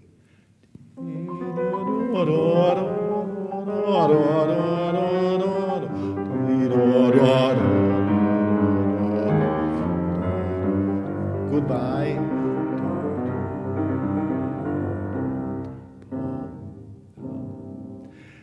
Good boy. It's amazing how you learn with years how composers have strength in some areas and not so good in some areas. There's no question in my mind the greatest goodbyer, somebody who says goodbye, is Mozart. I mean, there's nobody else in all his works when he has this coda, he somehow, it closes down the whole of that whole movement. There's nothing like it. The worst person who cannot say goodbye is Schubert. You know, sometimes he has a whole movement in C major and he cannot say goodbye. He says, oh, another 8 measure, another 8 measure. And he's trying desperately to do. The Wonder of Fantasy is a typical example. Of course, Schubert is unbelievably great. I'm not saying that. But there are difficulties that each composer has its own kind of magic as well as a little bit withdrawn. They're humans. Very hard to find the bad things in any of these great composers. But if you can make this and somebody suddenly starts crying or just tears coming down, that feeling of, oh, I have to go. I'm sorry, but I have to go. Then you have the magic. And the magic, where do you think the magic lies? Musicality. Where is musicality? Music. Where is musicality in you? My heart. You mean your heart has music? Yeah. Okay. Your heart means that you're a wonderful person. I think there's only one other part in your body that makes music in my mind. Think of it. Your ears. Your ears. If you don't hear it, your heart can play music, it won't be musical. Because you don't know if you're making music unless you hear it. It's just like a painter who's blind. You have to have good eyes to be a good painter. You're a wonderful, wonderful, wonderful pianist. Keep at it. It's a hard life, but it's something, if you have it in you, God gave that to you. You better use it. Thank you.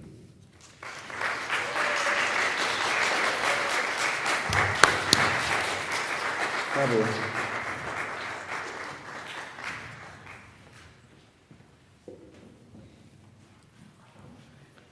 So we have one more person.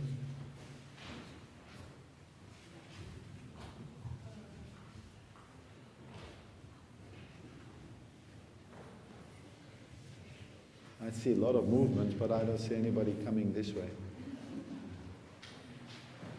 Come on up. I can see that we got a Chopin Ballade. Oh, we haven't heard that this whole of this session. Great. And you are Sarah. Great. Thank you so much. Good. Please.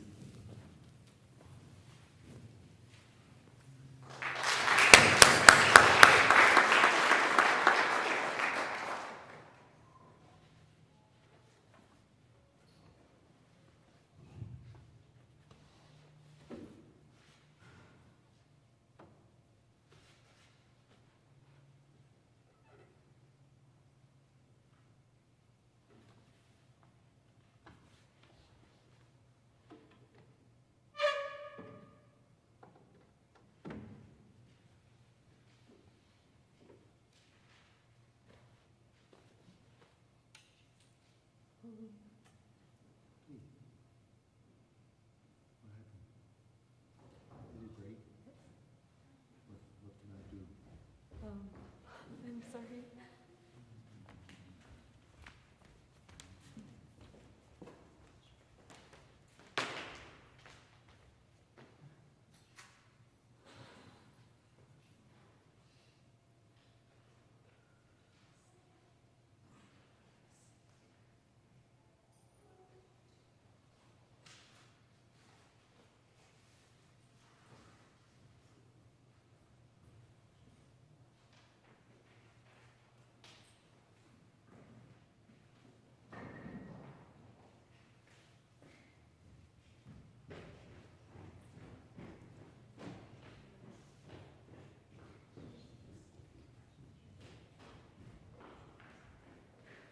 Emergency.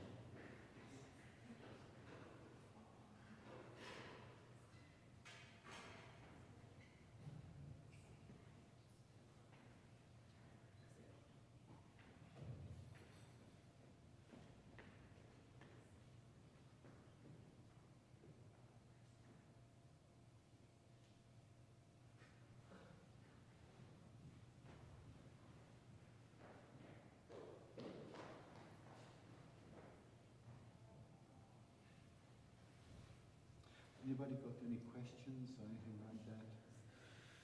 While we have time. I can't see you, you can see me, but just yell out the question. Do you have a preference in terms of composers of pieces to teach on? No. No, because there's a double-edged thing. Meaning that you're not only teaching the composer, but you might be introducing that composer to the person you're teaching. So you have to take into consideration not only the composer, but the actual person you're teaching. A real teacher, in my mind,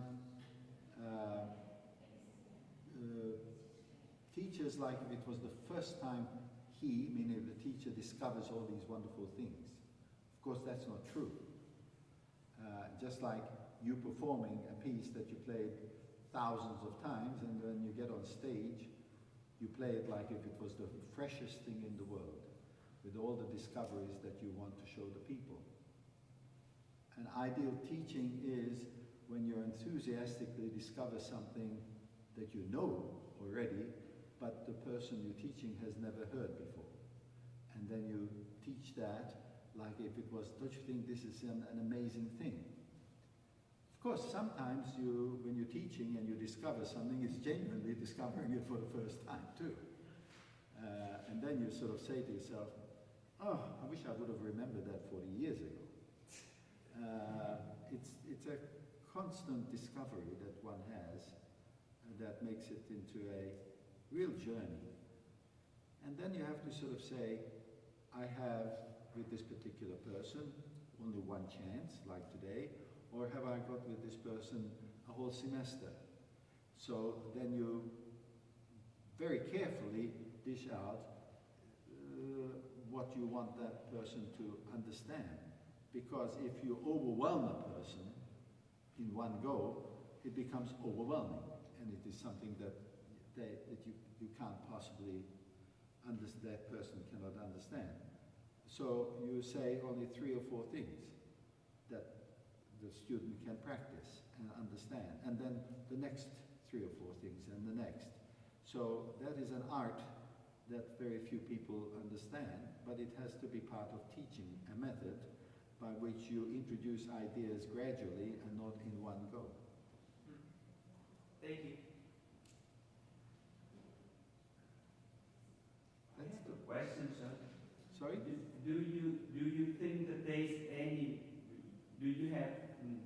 do you think that there is any danger for a young children to learn something that it will limit them for them to grow musically? That the piece itself is too difficult? Technically too, also, and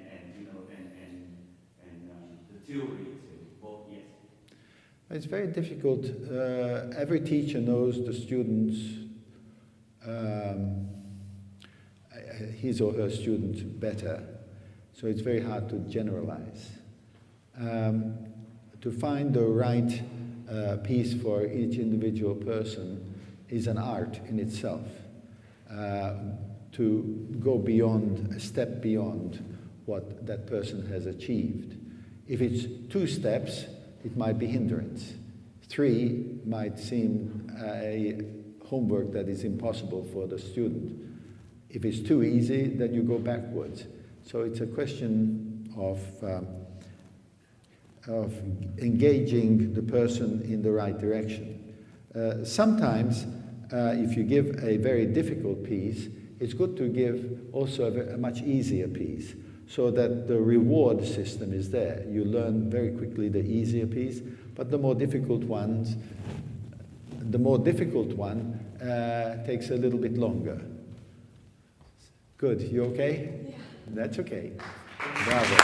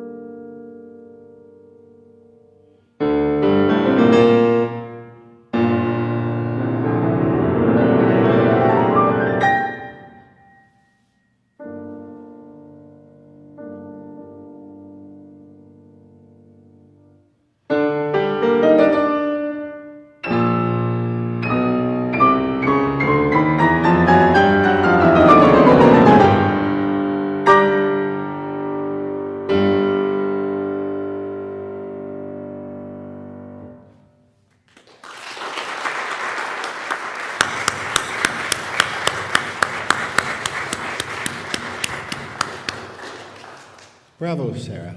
Bravo. I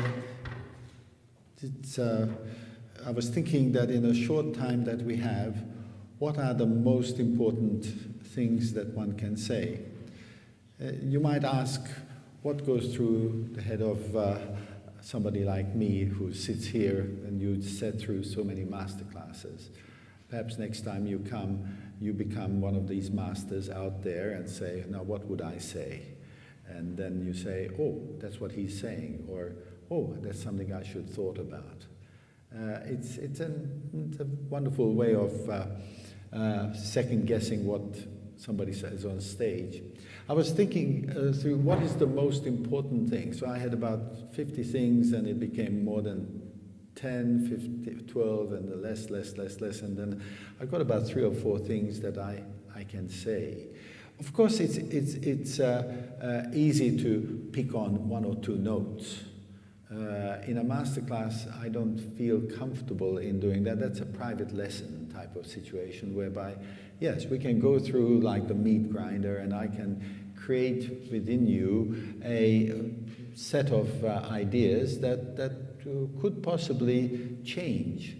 But in a masterclass, one has to have the overall picture, the long picture that could affect you. You play beautifully, there is no question, and you feel it. You gave me the feeling all the time that you mean what you do, and it's a good feeling for me. I was watching your hands, and then I was watching your reaction to what you were doing with your. So there was a lot of very positive things.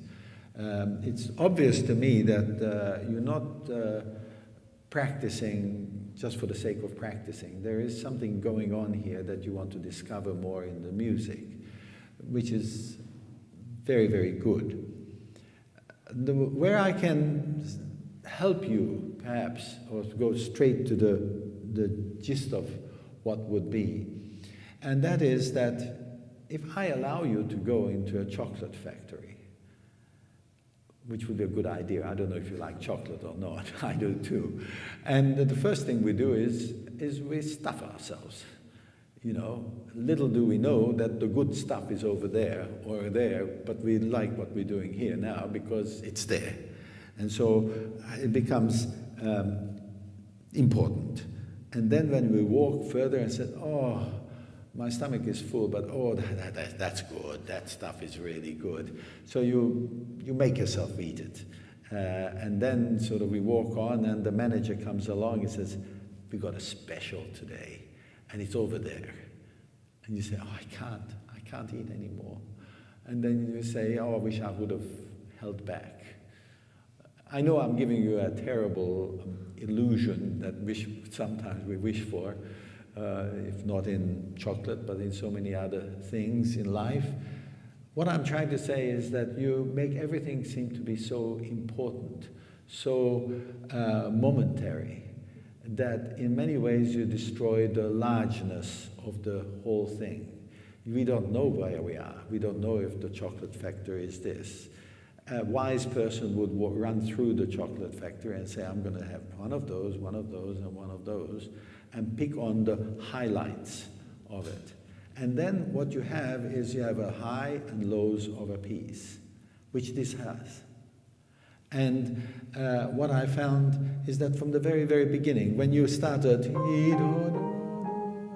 said, whoa, you just spent the first half an hour on one chocolate.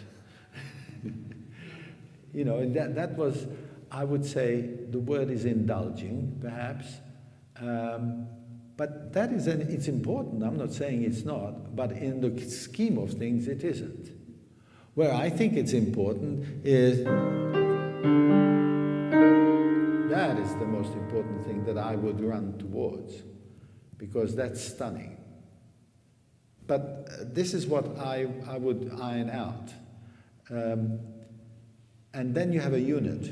In your playing, everything seems to be so, it's like you saying, just a minute, this is beautiful, listen to this. And then you go 2 measures later, it says, oh, this is really beautiful. And then you say, this is really beautiful. And you constantly do that, and after a while I'm not listening to what you're doing, I'm just saying, when is the next time she's going to show me another beauty and another beauty? It comes from a habit of perhaps over-practicing, or perhaps sort of over-performing sometimes. We become so complacent that we want to show everything. So the very, very beginning is in itself a stunning experience, because we don't know what key we are in. The first time we're going to find out actually we are in a key is that's the first time we know we're in G minor. But to start on the note C.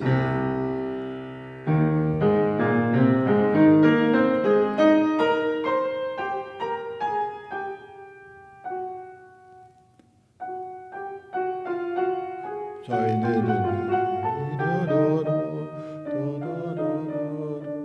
So you have to build a curvature there. Do you want to try? The first note is stunning. But I'm not sure if one should do that without counting, or some sort of feeling of pulse. A little more.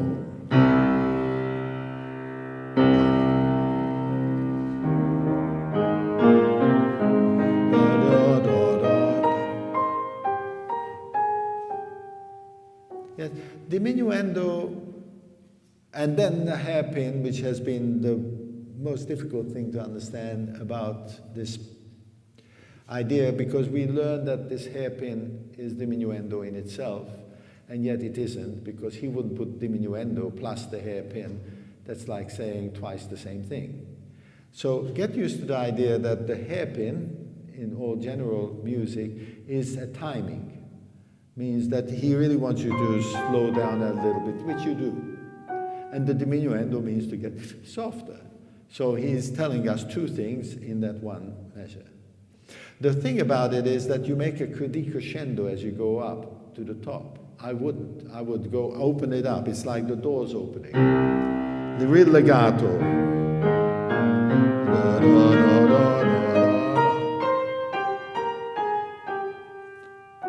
And maybe it's not altogether just one soft piano, because so I can become softer. See, I judge the piano so that I know it's piano, but it's not all the way down here, because I can't go from there anywhere.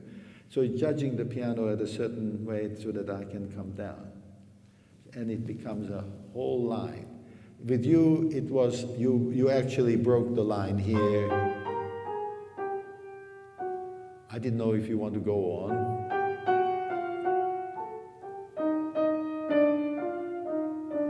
There were so many things in there that I don't know where it wants to go. Yes? It's one line. See if you can try.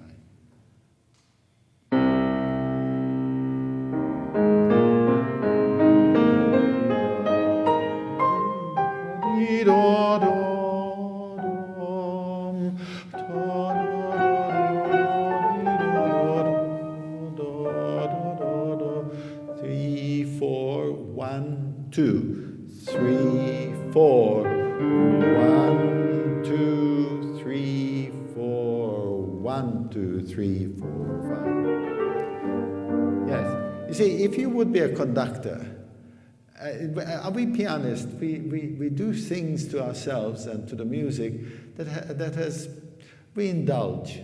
Nobody's there to tell us, what are you doing? I mean, that's only a half a beat, half this and this. If it would be a chamber music and there were 4 people playing at that note, you would be in time. But because you are a pianist, we take our own time.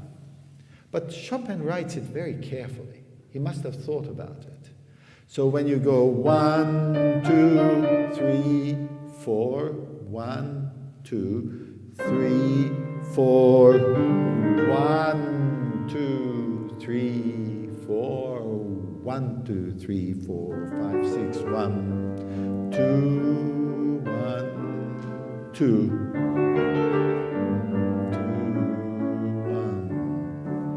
1. You see, a 6/4, like 6/8, has to have a 1, 2, 1, 2. That's like the second ballade. Do, do, do. 1, 2, 3, 1, 2, 3, 1, 2. It's all the time, all the ballades are in 6 because he wants to swing. That's a swinging sort of thing. 1, 2, 1, 2. And if nothing else, then you start to say, well, what are the elements that one can say? Perhaps the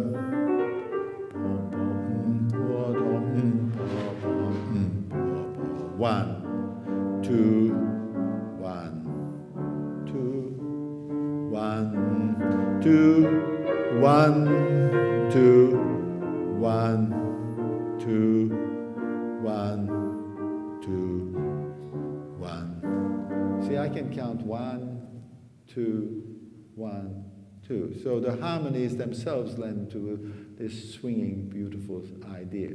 Now, if you play it too slowly, then it becomes. It falls apart because the harmonies do not then follow each other.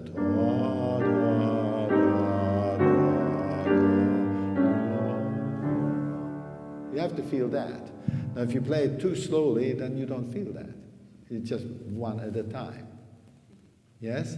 And what you did was not only playing it slowly, you wanted me to feel the.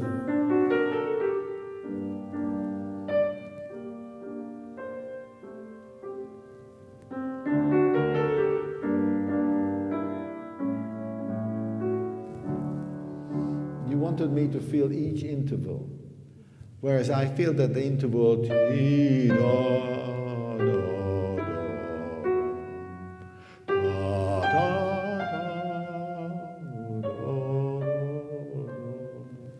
it has to follow one after another.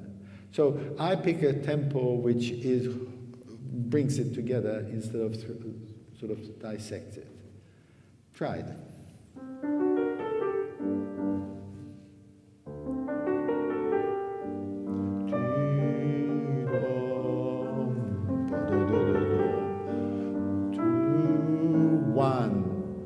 Two, 1, 2, 1, 2, 1, 2, 1, 2, 1, 2, 1, 2.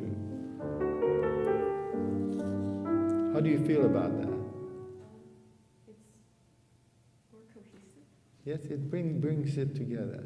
I don't want to go into the folklore too much. This is a long way to go, but you will discover that the ballades belong to no wonder that they're called ballades. 2 reasons. It was while Chopin had a group of Polish compatriots, countrymen living in Paris, and they got together and he played for them and they sang and they said poetry and they were homesick. They never went back, but there was a poet there and they would read stories about the homeland. And there was the poetry itself. This is actually a poetry, a 4-stanza poem. Eventually you will discover that. When you come to this part here, don't play it too loud, because the idea of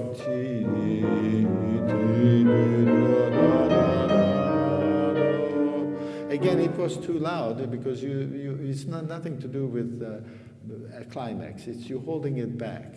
The first outburst is really not melodic but more harmonic later on. Can you go from here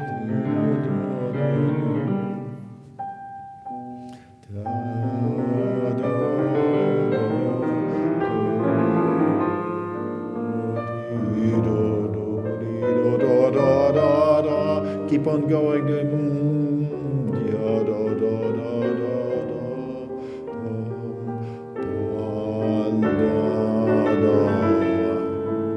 Two.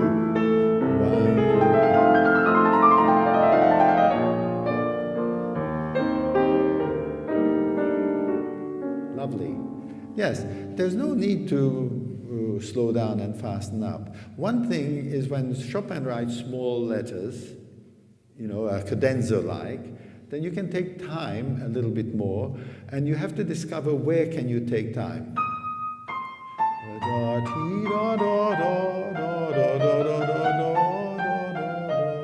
So when there is a melody, usually at the beginning, that to me is melodic, yes? The next few is not really melodic, but here is another melody.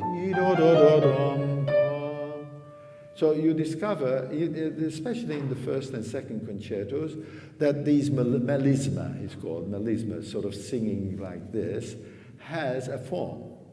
And he usually has a small little melody at the beginning, which joins the idea.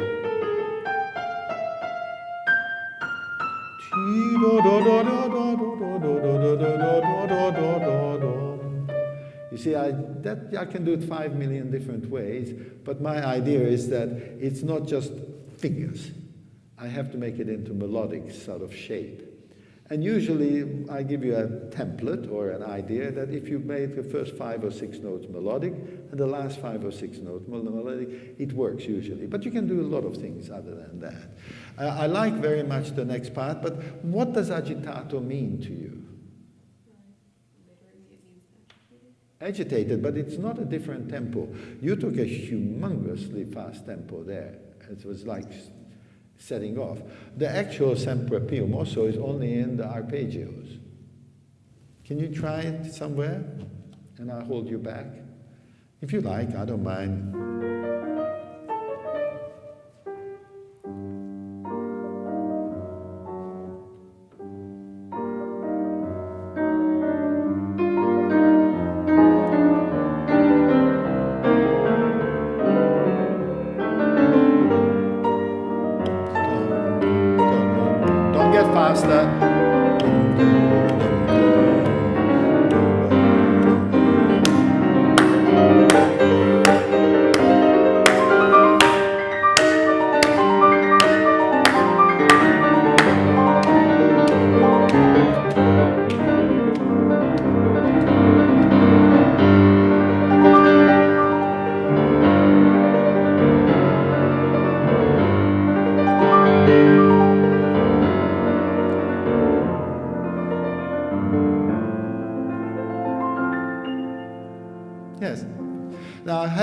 Because it says sempre più mosso. Sempre means constantly getting faster and faster.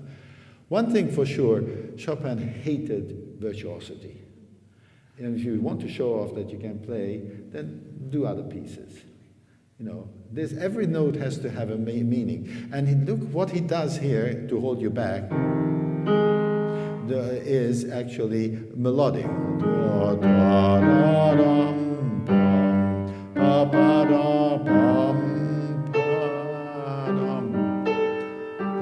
And even this is legato. And then he even makes it more difficult. These legatos cannot be played at the tempo that you were doing. So he knows how to hold you back. He himself played these pieces. So be aware of that. The main problem lay in the second subject is that you took your time, and really the beauty of it is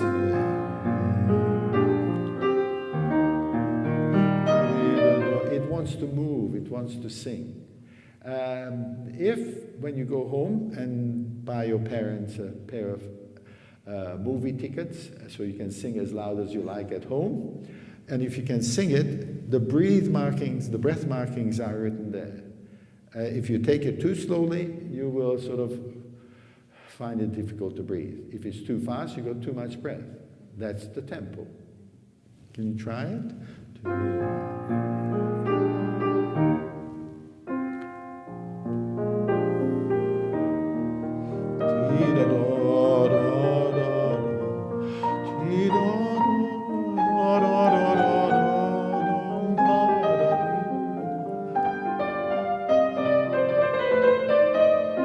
Yes, this is incredible of Chopin, always starting on the second beat.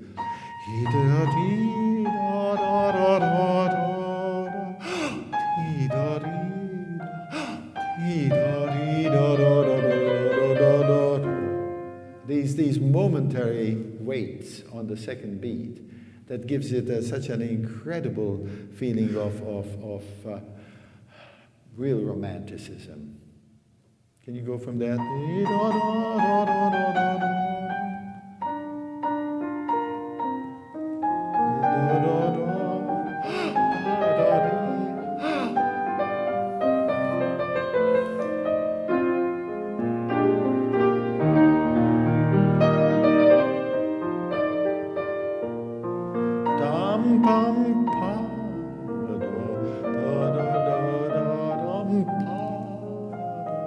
Yes, and we come to one of those most remarkable things in Chopin's music, if you understand, an accent. An accent in Chopin's music is threefold. One, you can make it into accent. Sometimes you can make it like you just did, wait, that wonderful moment, and then also human.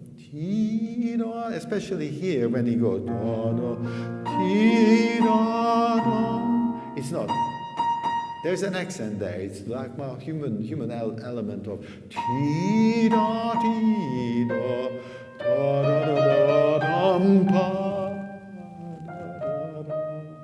that is indulging. I love that. But I wouldn't do it before too much, so that one moment is highlighted. You understand? You remember the chocolate? Don't eat too much here because there is the big one. And the next section, he does something which is very, very, again, educational or salary. He goes 2 and then 3. When he does that, it means don't do anything to the tempo or don't do anything to the music. Play it straight, because he's already not playing it straight. Now, it means that the previous 8 to 15 measures were freer. This section is not so free. He's controlling us. And composers, as they became more and more involved in performance to a larger audience, like Chopin later did, he is much more involved in directing us what to do. So there is not so much freedom as you want in this. This is 1, 2. It has to be in time. I think you understand. The next section you did very well. But again, the idea is to be able to somehow find ways of always on the second beat.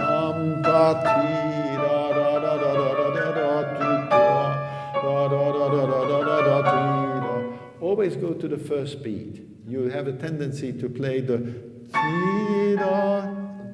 second beat. Can you go from somewhere there?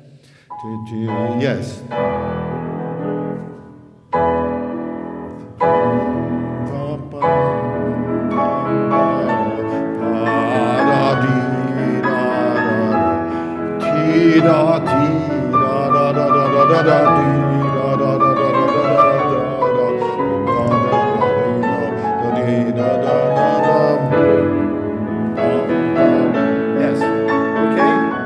Understand, to go to that. And not only does he do that, but he is directing us to do something which is impossible.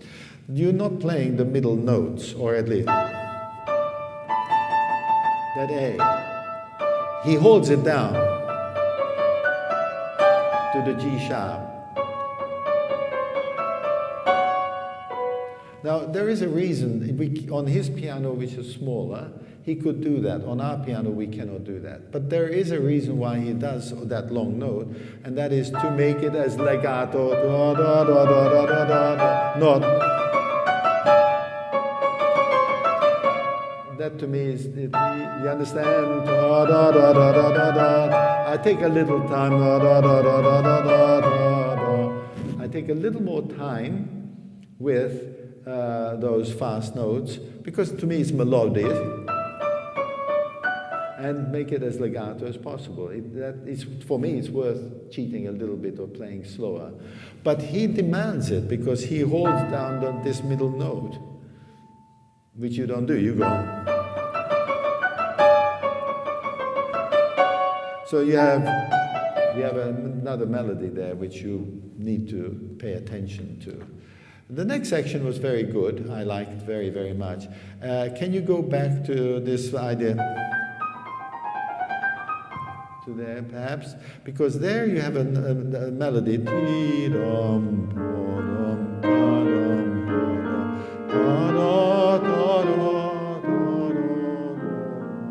There's a melody in your left hand which you seem to forget.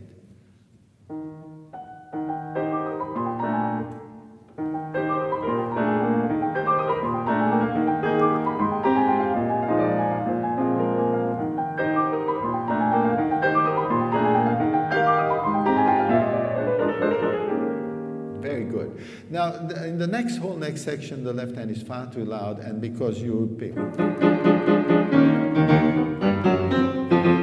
There's no staccato anywhere.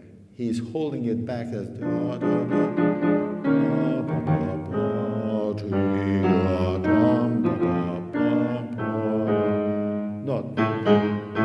So be aware of that. That would be an idea. But this is again, it's private lesson time, which is not what I want to do. What I like very much is in the all of next section, you held your tension.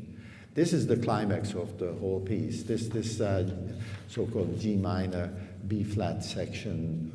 When we get to, where is it in this music? Yes, here. When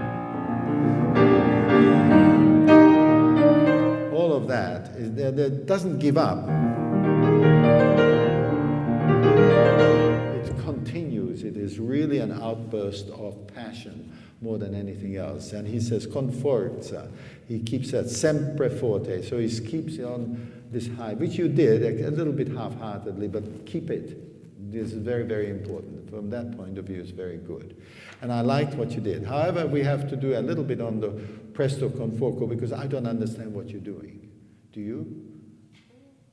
You practiced an awful lot, and it's fantastically in tempo or fast. But where's the melody? Where can you find melody? Without melody, nothing happens.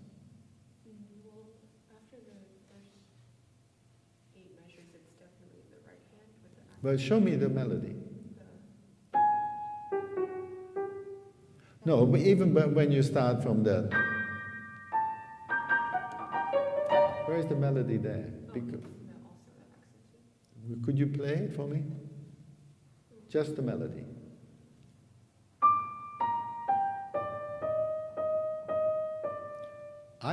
You mean the...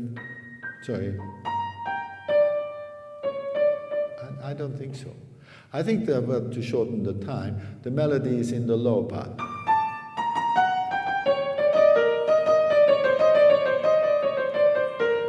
That to me is the melody. If I don't hear that, then I know that it's something that doesn't work. It's just too fast. And it seems to be with young people, the faster you play, the more you think that you're gaining. On the contrary, he's holding you back with all those accents. Listen to the accent. So da da da da da. He has a harmony accent as well as melodic accent. So all these accents are holding you back from playing it. Presto con fuoco means a certain type of atmosphere. It doesn't mean to play as fast as somebody down the road. Yes? If you make a lot of effort to make a...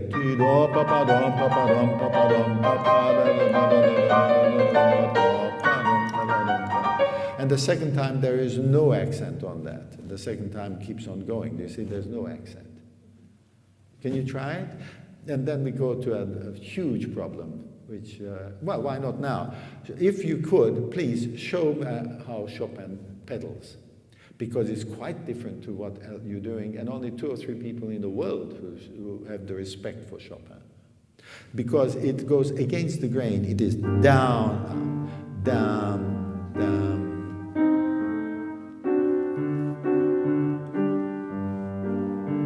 The pedal is downwards. We are so used to go down, down, down, down, like upwards. But he wants you down, down, down, down. And that's very difficult to do. Very, very, it goes against the human nature. But if you can do it, then there is a tremendous difference between what you do and anybody else. It just takes time to get used to the abnormal way of pedaling it. Can you do it just? We don't worry about the pedal. Together, yeah. See what? No, together, hands together. Together too.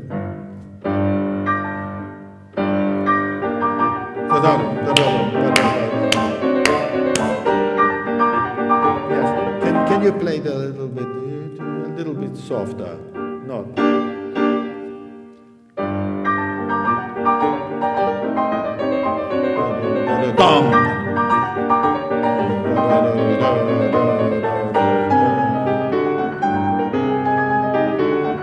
Yes, the melody. There's a melody there. There's melody all the time. Bring out, it's in your thumb.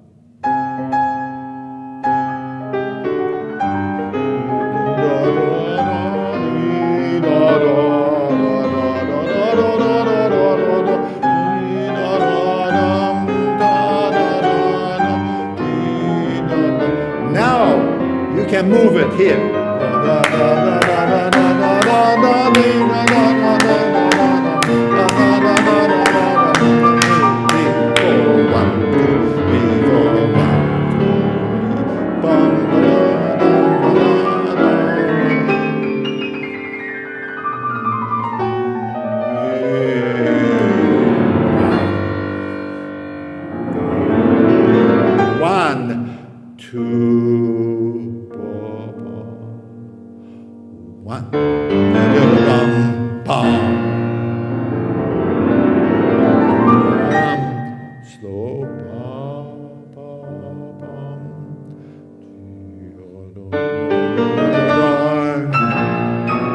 Yes, that's accelerando. These not. Wait, and then you do it. The accelerando is still until then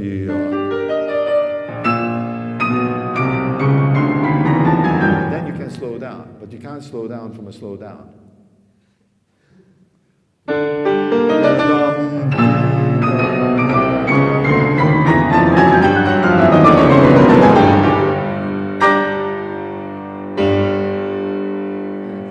Of course, there were many, many good things what you've done. Congratulations.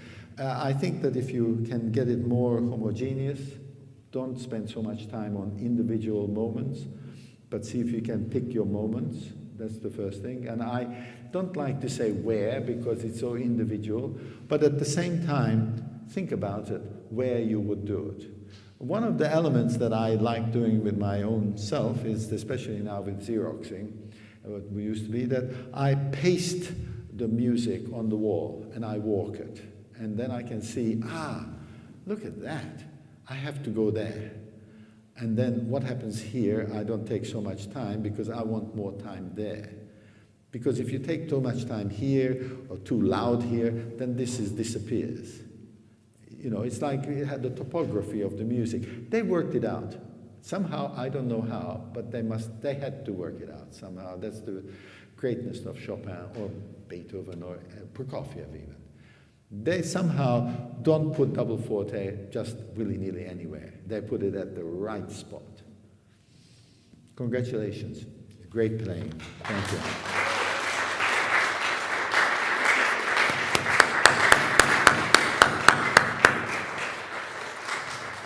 Well, in that way, it was beautiful to end with Chopin, and let's hope that a year's time we can start with Chopin again. It was wonderful. Masterclass as a series that you had in the last 10 days.